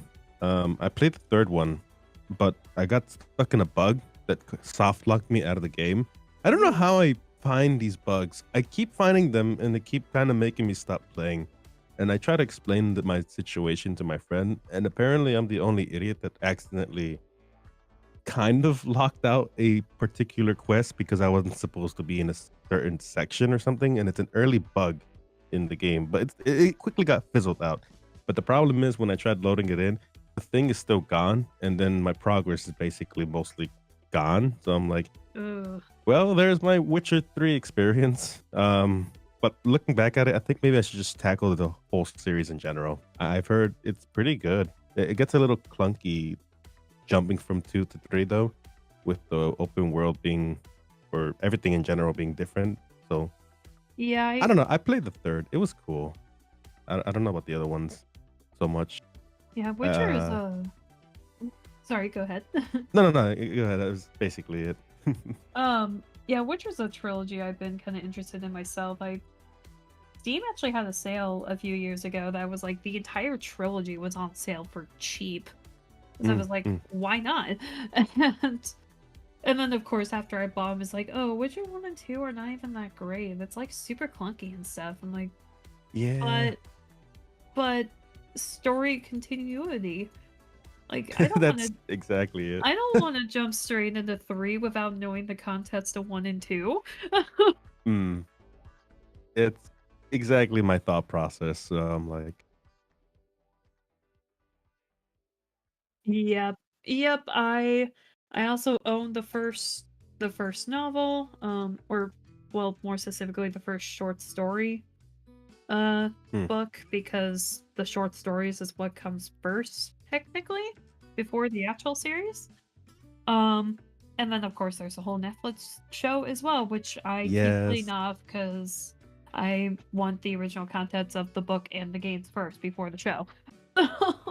That's the driving thing for me. Well, they told me I can get a fair amount of like enjoyment from the novels too, but there's like the content from the game itself that a lot of it does get translated. So I'm like, okay, and I just enjoy the fact that I can get told that, oh wow, do you remember this great thing? Oh, but you can't because you're gonna spoil it. Well, yeah, I'm gonna play the series so I can watch the series and Netflix thing.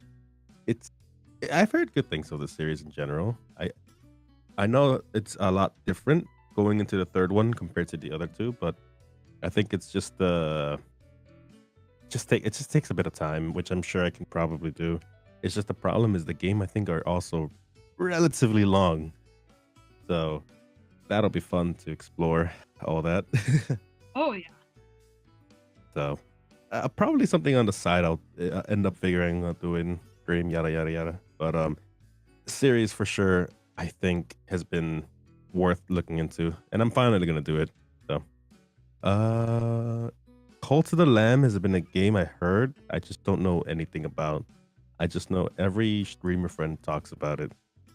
Um, they keep saying it's a good game. I've just never really thought of trying it out personally, but apparently you can connect with people in multiplayer and do like different like I don't know, you could do different things that I've kind of thought was kind of funny. And I basically am just getting convinced to play a lot of games I don't know about. So that's definitely one of the games for sure. Oh, a PlayStation game. Actually, this one's I'm excited for. Returnal. That was exclusive before. That's getting ported now to PC. I heard people talk about it's a good game, and it's a really solid like action paced third person. It's really roguelike, and I always love roguelikes. Since they announced that they're gonna have like a port for PC and such, that's definitely one game I'm gonna try to see. I think it comes out upcoming year. Yeah, in this year. Whoa, sorry, I don't know why I said upcoming. This year. So yeah. And I'm super excited because just looking at the trailer, just looking at people talk about it, but they're like, oh, it's only on PlayStation, and PlayStation's for whatever reason they're now releasing everything over to PC, so that's great and lovely. It's one I'm actually kind of excited for. I don't want to talk about it to not spoil too much of it, but I heard it does a lot of great things that I think it's interesting to look at yourself, and the story is like good from what I've partially been told, but it makes no sense to me, so that's why I want to play it. So I want to figure that out.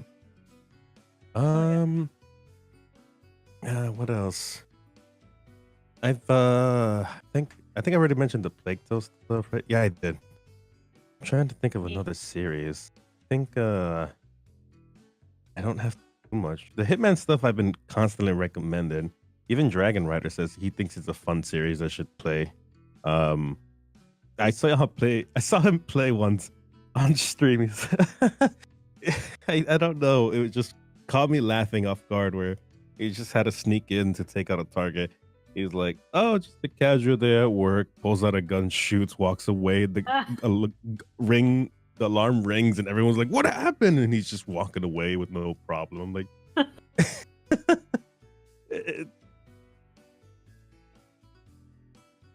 Mhm.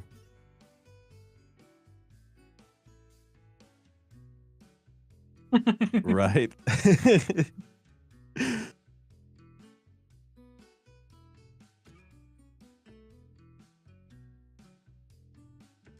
Yeah, and I think there's always selling them as a bundle, and I heard they're like cheap now. So,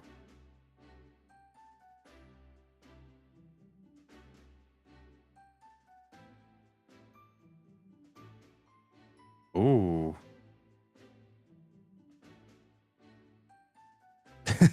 Huh. It's gonna be kind of confusing. No, well, I mean, they put it together, then it'll make, I guess. I don't know. Some We're companies that try to do that's always like finicky sometimes. we're talking the more recent Hitman games, right? Oh, the recent ones. Hmm. Okay. Yeah. I, Yeah, came out, was it earlier 2022 or was it more of a 2021? I don't remember.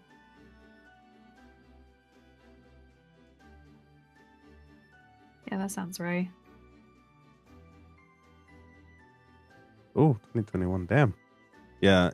And I think that one definitely is on my list. And I think the last one that I can come up with at the top of my head, I gotta genuinely try the God of War series, but I don't mean like the two recent Ragnarok and I really want to try like the original 1 through 3.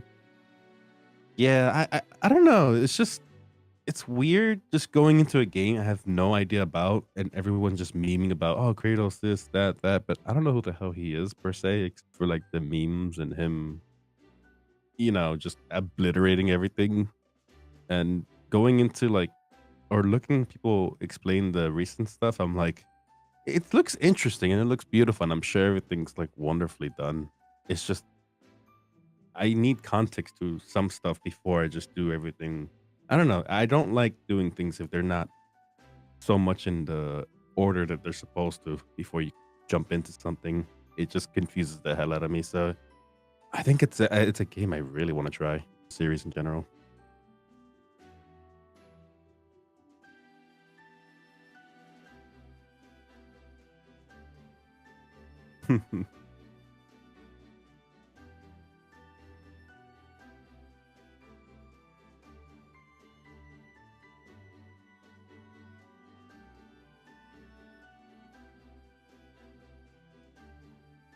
Hmm.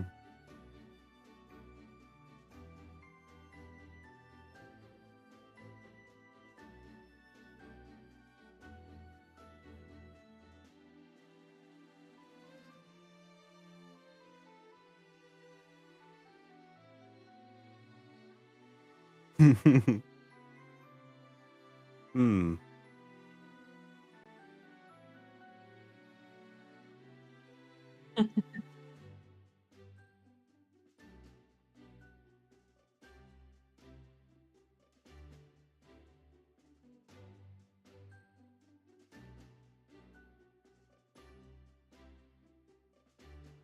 Hmm.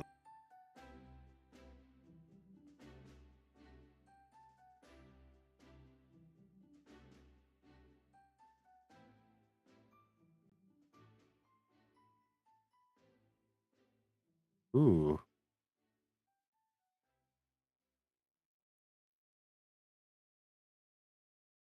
Oh.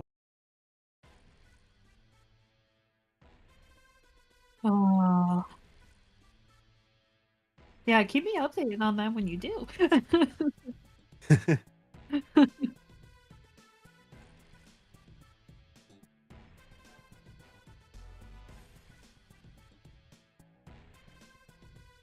I say, wasn't that like a weird rhythm game or something?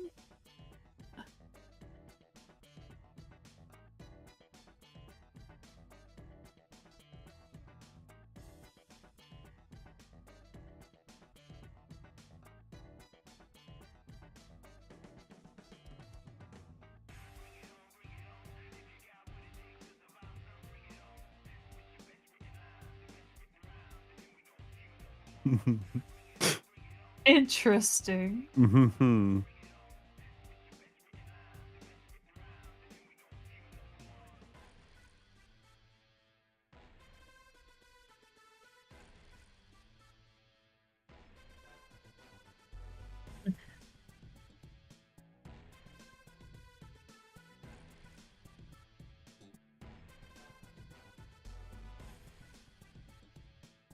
Hmm.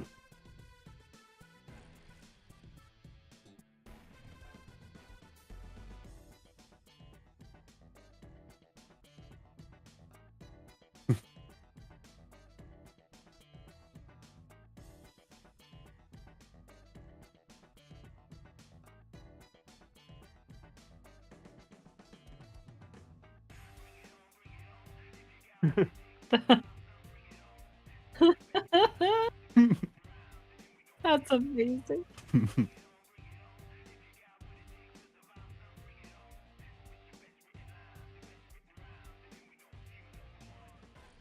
Oh.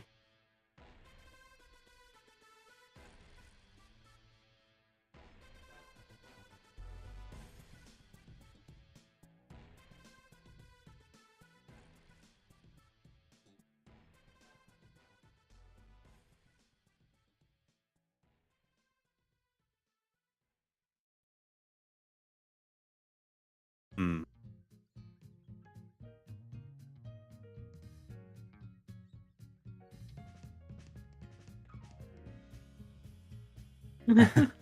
I mean, Yeah.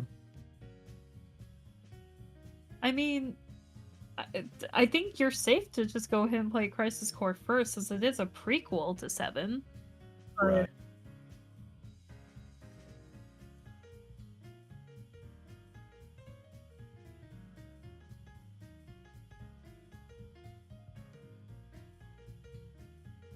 Uh, By release, fair, technically, yeah, right?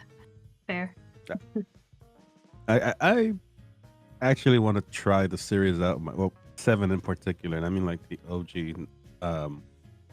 I've only heard a lot of folks talk about it, and since it's like the one of the is it fair to say OGs of like JRPGs, and I never really had that games like that to play originally. I thought it'd be cool to go back to do a lot of them. I just don't know where to start, so I figured that'd be one of the first. Because I do like the Tales of series for a bit.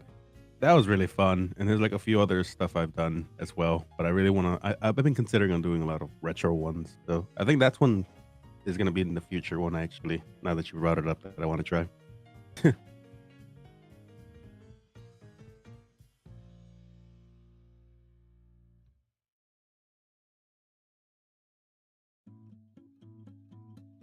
Hmm.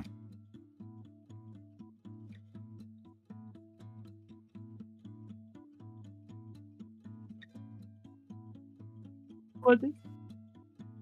Oh my god. Oh.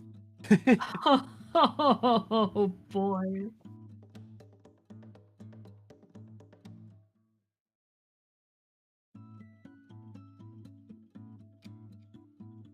Yeah.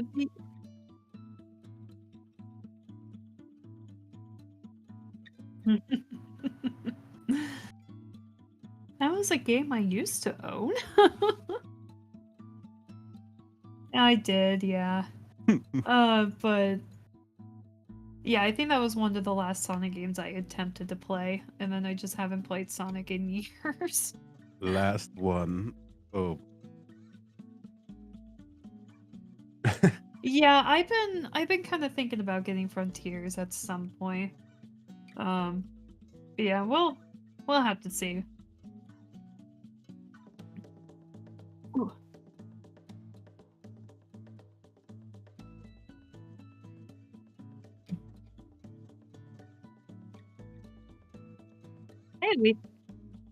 Hey, we've had a lot to Hmm. talk about. Let's go.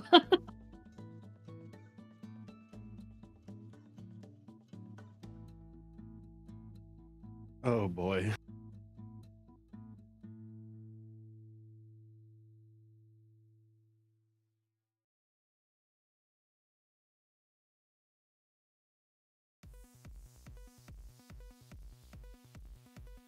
Oh yeah. Hmm. Oh, oh, Well, sorry. You can. okay. Uh, yeah, there's 3 at the top of my head. In terms of like new releases, anyway. Um, one of them I did talk about in the previous retrospective stream. And at this point, I'm like cautiously optimistic about it. It's Forspoken. Um, Ooh. Right. yes, and the demo's out, and although I haven't played it myself, I watched someone play it, and the gameplay still looked a lot of fun, but the Hmm. dialogue is also cringe as hell. So, I mean, if anything, that's a game that yeah, probably. I mean, it is an isekai, but yeah. But this is a game I'm just looking forward to more of the, once again, I state the magic parkour and the world building just seems like super intriguing, but this is one where the story and characters might not be the best, but no, this is yeah, I think this is one I'm more gonna be more about the gameplay about than the story. And again, like the world building and potential lore, because I love world building and lore. and uh but yes, after the demo, cautiously optimistic about it overall. Um And then sometime in the spring, we still don't have an official release date for it. Kind of relaying back to the Danganronpa stuff that we were talking about a little bit ago. Master Detective Archive Ring Code is coming out sometime in the spring. And that's one of my most highly anticipated games because the flow of like JRPG combat as well as you know, class trial gameplay like flowing together. It looks it's something I didn't expect to have a combination of, but it looks awesome. Yeah, we don't know much about this one, but I'm really looking forward to it because I just want more of that like Danganronpa vibe in general. And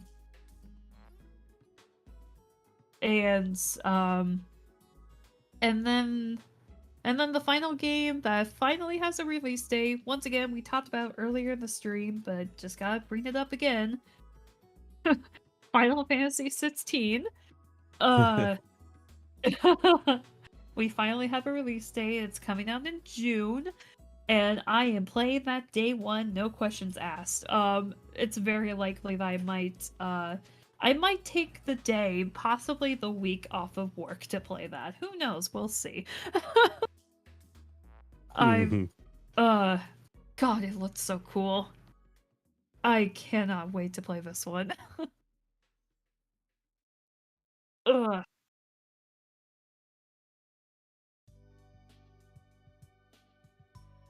Oh.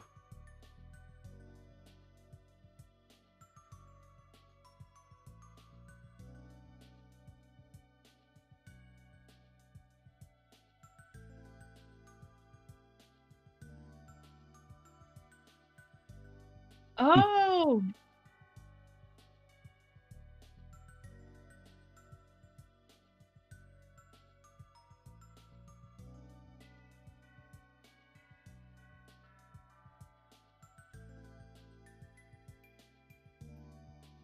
Hmm.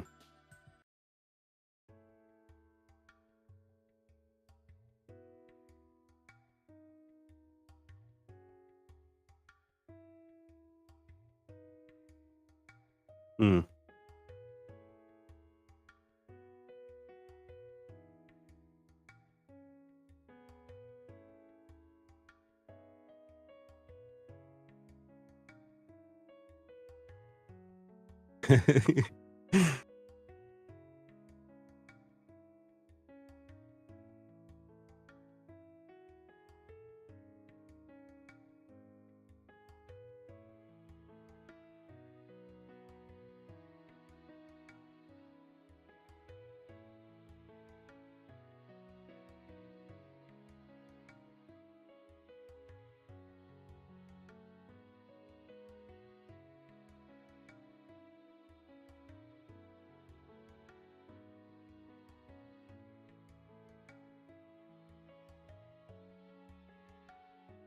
Hmm.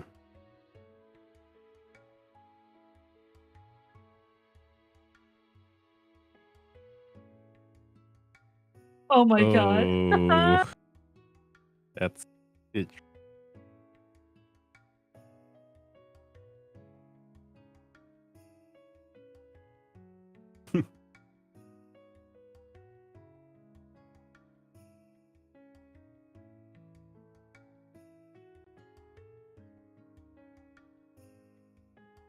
I honestly respect Rowano, despite because he really was.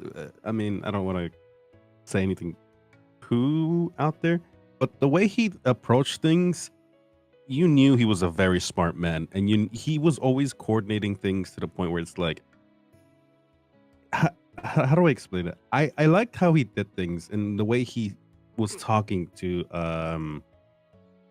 Majima about everything. Because I don't want to say it, sorry, I'm trying to avoid a thing in particular, but he didn't really give him any BS compared to what others kind of told him, and I like that he even took from what he heard from Awano And you can easily tell that I think what Majima goes through, he also played a pretty impactful part in something that Majima himself is slowly basically turning into. And I don't know, I love the one, his battle theme too in general was fucking kick ass. He you,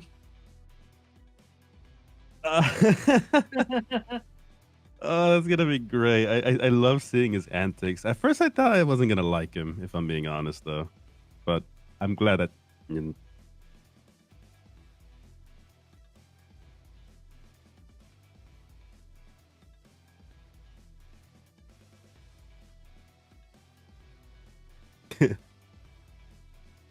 Mhm.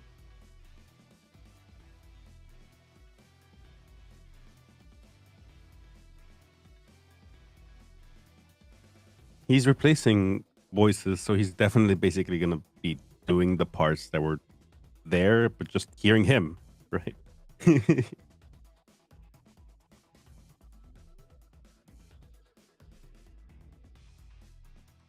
Hmm.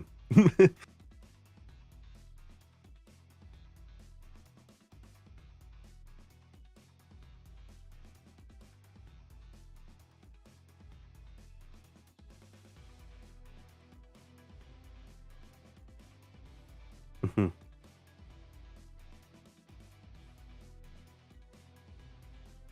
Mhm. Yeah. Oh, yes. Ooh, that's right. Yes. Almost forgot.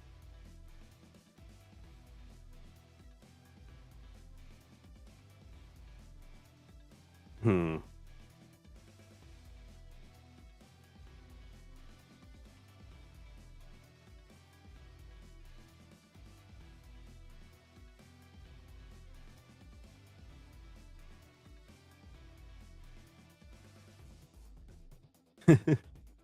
Well,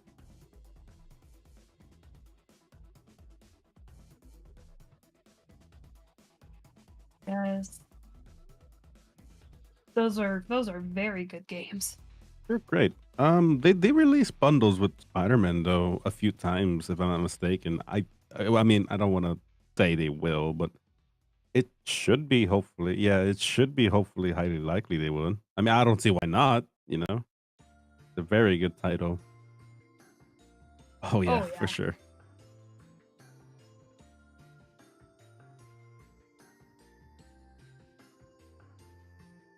Um, true. Well, I got like three ish. Well, four, but we've already went through the one of them. Yeah. I think as odd as it sounds, and if anyone has played Ark and is familiar with Mr. Vin Diesel man himself being a weird addition to the thing, Oh, that's mainly right. yeah, he's like a thing. I don't know. It's just a marketing thing or something, or maybe he just really liked Ark. But I think why I'm excited is because Ark originally was just a game that you play with either your friends and you just kind of go to town and find out how much stupid antics you get. Very basic survival thing. Minecraft with dinosaurs. And you can do a lot of stupid stuff with it to the point where like the actual I'm not gonna explain the whole thing, but it's like I want to see how much more they can expand on because I think the game is not bad. Vanilla Arc though is so bad. You have to have like the settings to change. You can tame one dinosaur and it'll take sometimes more than 6 hours, like actual hours. Like what? And then there's one dinosaur like a T-Rex that will take an entire day in vanilla settings. No one has that time, you know? So sometimes a lot of people, oftentimes, especially in servers or just personal servers with friends, you'll bump it down, you'll make it like reasonable settings because you know the game doesn't know how to optimize itself. Its performance is absolute. Well, if you've seen it on console, it's a mess, but it plays fun.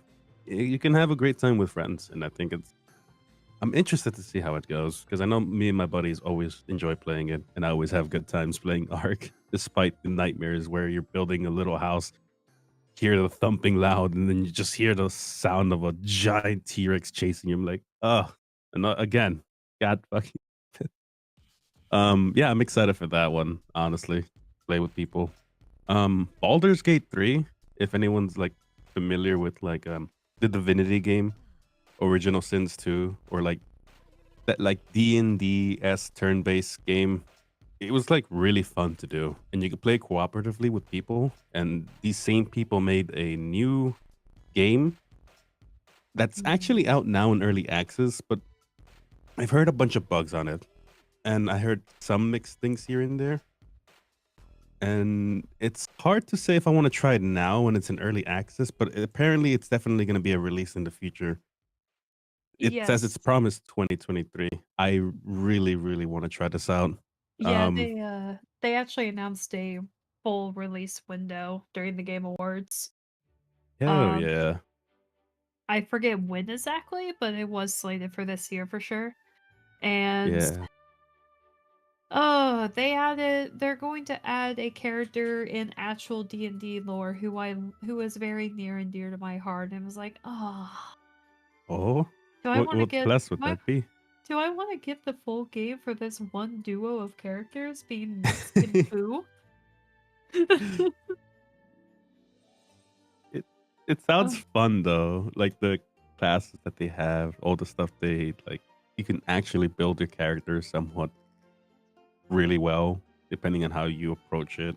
You know, it's super fun. And Divinity Original Sins 2 was already a great time.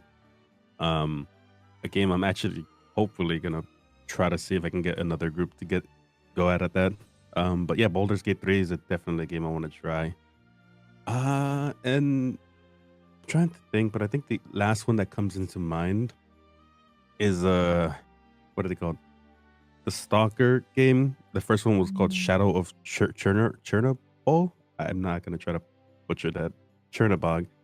It's a weird type of game, and I don't think it's for everyone. It's really rough around the edges, but that will completely it will completely challenge any player towards there's like skill in like survival horror, because there's a lot of crazy things that happen in the first one, and it punishes you for not trying to do better. Like it'll genuinely remind you, like, don't forget you're not in a yeah. And it's less of like you will survive in the story, more so like you're choosing how you're gonna eventually die. And it's weird to say because the story is not well, I don't want to say there's not, but it really does push the idea that you're kind of alone, and you'll find like other folks here and there, but it's a really tough place. And I'm probably underselling it, but it does such a good job at making you feel like everyone's just out to get you or you're on your own. And then on top of that, there are things, monsters out and about that'll give you a fucking jump scare if you're not careful. Night, you don't want to be around at night, and obviously it's an apocalyptic-ish situation. So think if Fallout stopped holding your hand, put you in a cage, and told you you have like 24 hours to break out, and it's really tough, honestly. But I find the series fun, or at least I say series, but I mean like the games that are similar like that. I find it fun. There's like other ones here and there that I think I kind of grew, like weird, like one 2D one. I'm not, I don't remember the name of it. Very similar, and the fact that the series is coming out with the second one, Heart or no, Here of Chernobog. I'm super excited.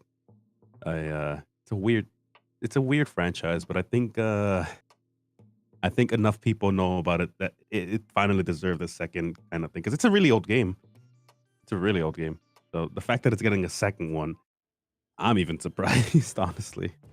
But yeah, those are mainly the 4 games that I'm especially looking forward to, honestly. heck yeah. Mhm.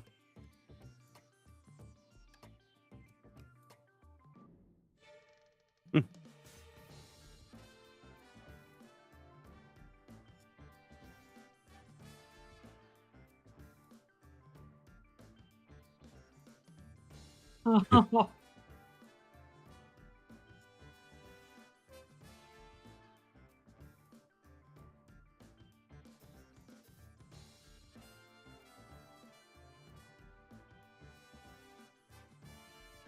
Mm.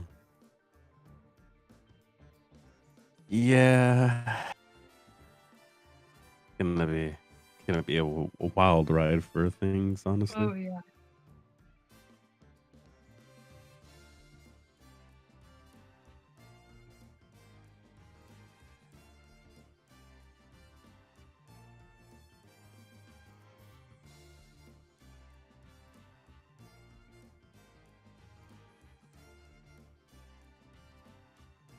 Mm.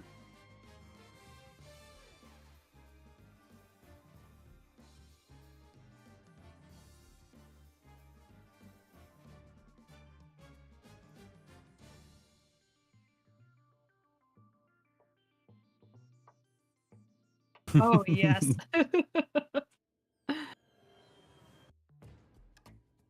Oh my god, yes. Oh, that's going out this year. Ooh, February. I gotta finish Oh, the first one. I'm so behind.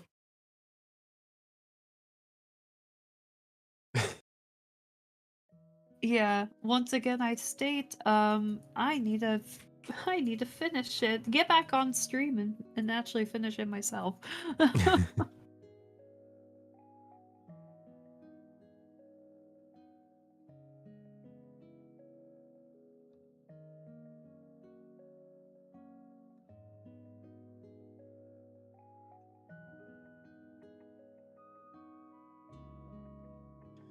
Oh man. Mm.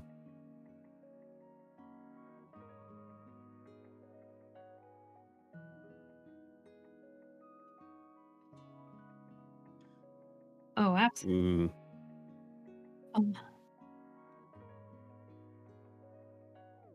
Uh, I'm just gonna quickly squeeze in one teeny tiny hope that I Mm. hope uh Hobie will get announced in 2023.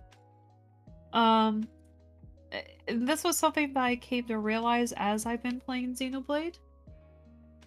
So the original Xenoblade game on the Wii was a whole part of a project of games, if I'm remembering correctly, right?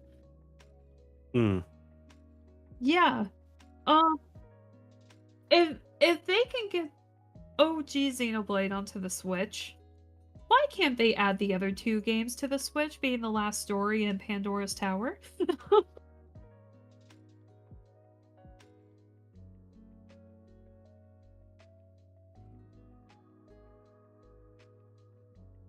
uh, and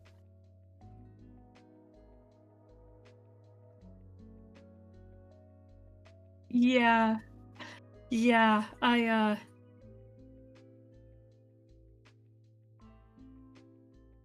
right. I actually got lucky and somehow got my hands on the limited edition of The Last Story at GameStop. I didn't even Oh. pre-order anything. It was just I just grabbed a regular case on the shelf and they gave me the limited edition instead. I'm like, oh, neat.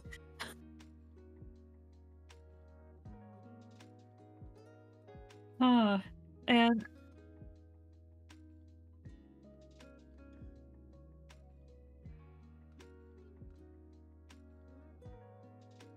got Mm. nice. uh, but yeah, so I do have the last story, but I never got my hands physically on Pandora's Tower. Thankfully, I was able to get it on the Wii U, but uh, and now I want these games on the Switch as well. I want them to be more accessible, just as much as Xenoblade is now. Like, I started playing the last story, and I had a really fun time with it. From what I Mm. had played, yeah. And all I remember is that it, like most of the characters, at least in the beginning, are like mercenaries, and I think a princess.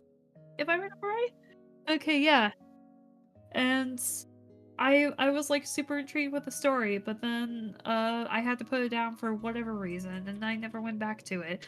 So while I still do have my Wii copy of Last Story, I just really want these games to be ported on Switch so they could be more accessible. And I don't need a.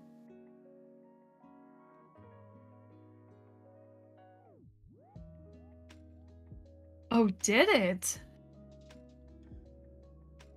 Oh. Mm. Oh.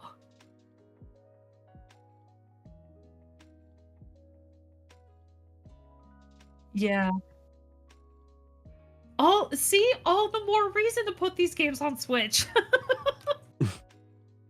All the more reason.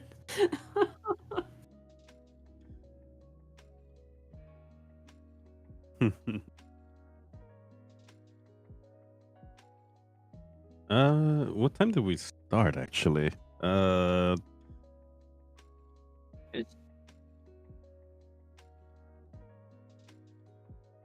Yeah. Oh yeah. Oh. Oops. Hey, Well, there was quite a lot to go through, if we're being honest. yeah.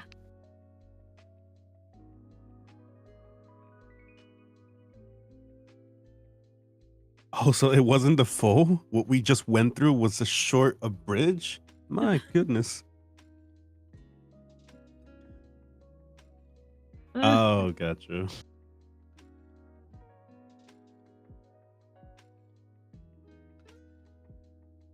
Oh yeah. Mm-mm. Fair. No, no worries. Yep.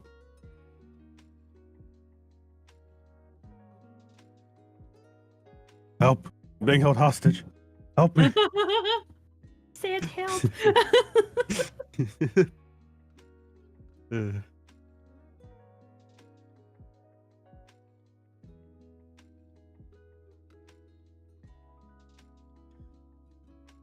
Yes. mm-hmm. Oh, thanks for having us again. It's always so much Yeah, fun. it's a great time, and anytime I can always talk about Elden Ring, I will always be on board. But no, wait a minute. What about DLC? There's hope. There's hope. Something like that. I know there's a thing that they're doing, but there's no real word. So, in traditional fashion, who knows? Ooh, perhaps. hmm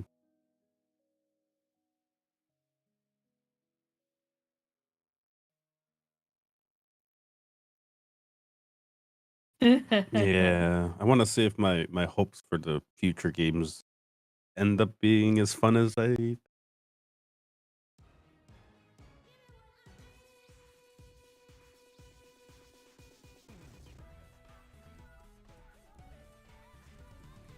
Oh Right. yeah. Uh, oh my gosh. It's fun though.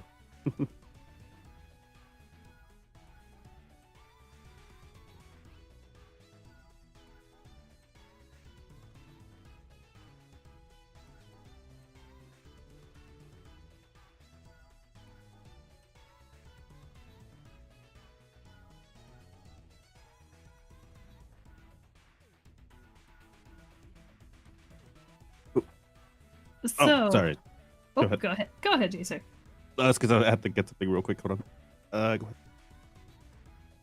Okay. I guess while he's pulling his stuff up, you can find me on most socials, well, primarily Twitter. Uh, yeah, Twitter and Twitch are gonna be my primary things with at Oathkeeper94, 2 E's and 2 P's. I'm actually, since I've talked about getting back on stream a couple times, I actually am looking to get back to streaming relatively soon. So, if you're interested, give me a follow, and we'll pick up the games uh that have been sitting there waiting for me to finish them for a very long time. ever-growing list, as they say, with each Yeah. coming year. Yep. So finishing Octopath Traveler 1 and then pretty much going straight into Octopath Traveler 2 at that point, and also finishing Scarlet Nexus, and um I'm also going to be featuring my husband while we play some co-op games as well as part of the Hey. rotation. So yeah, it's gonna be a fun time.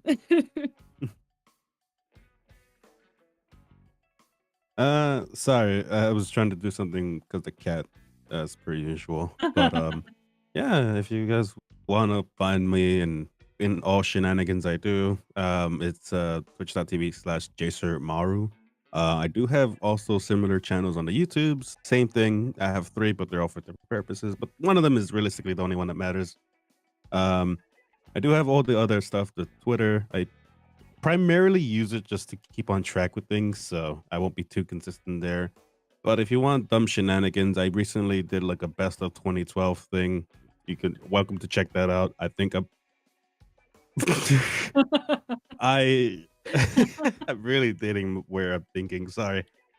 Best of 2022 and all the chaosness that I've done. You guys can check them out. They're over there. We do a bunch of different things. Had a great little series that we did. My first watch, or not first watch, first playthrough with Yakuza Kiwami being guest Tara. It was really, really great.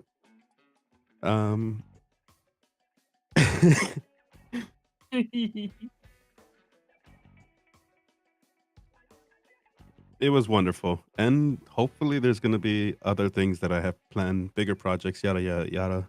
It's the gist of sorts, so you guys are welcome to check that out.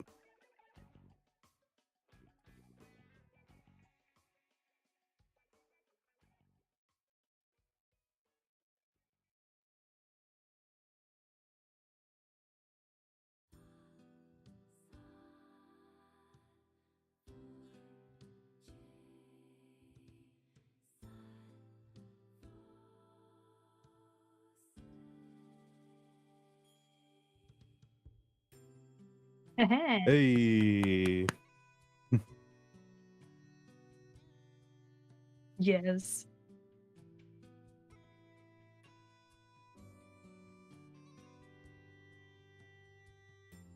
Go! You can do it. We believe.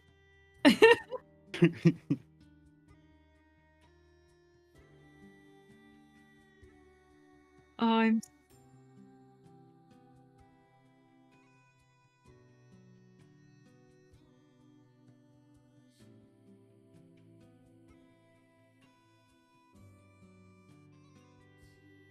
Bye everyone. Bye bye.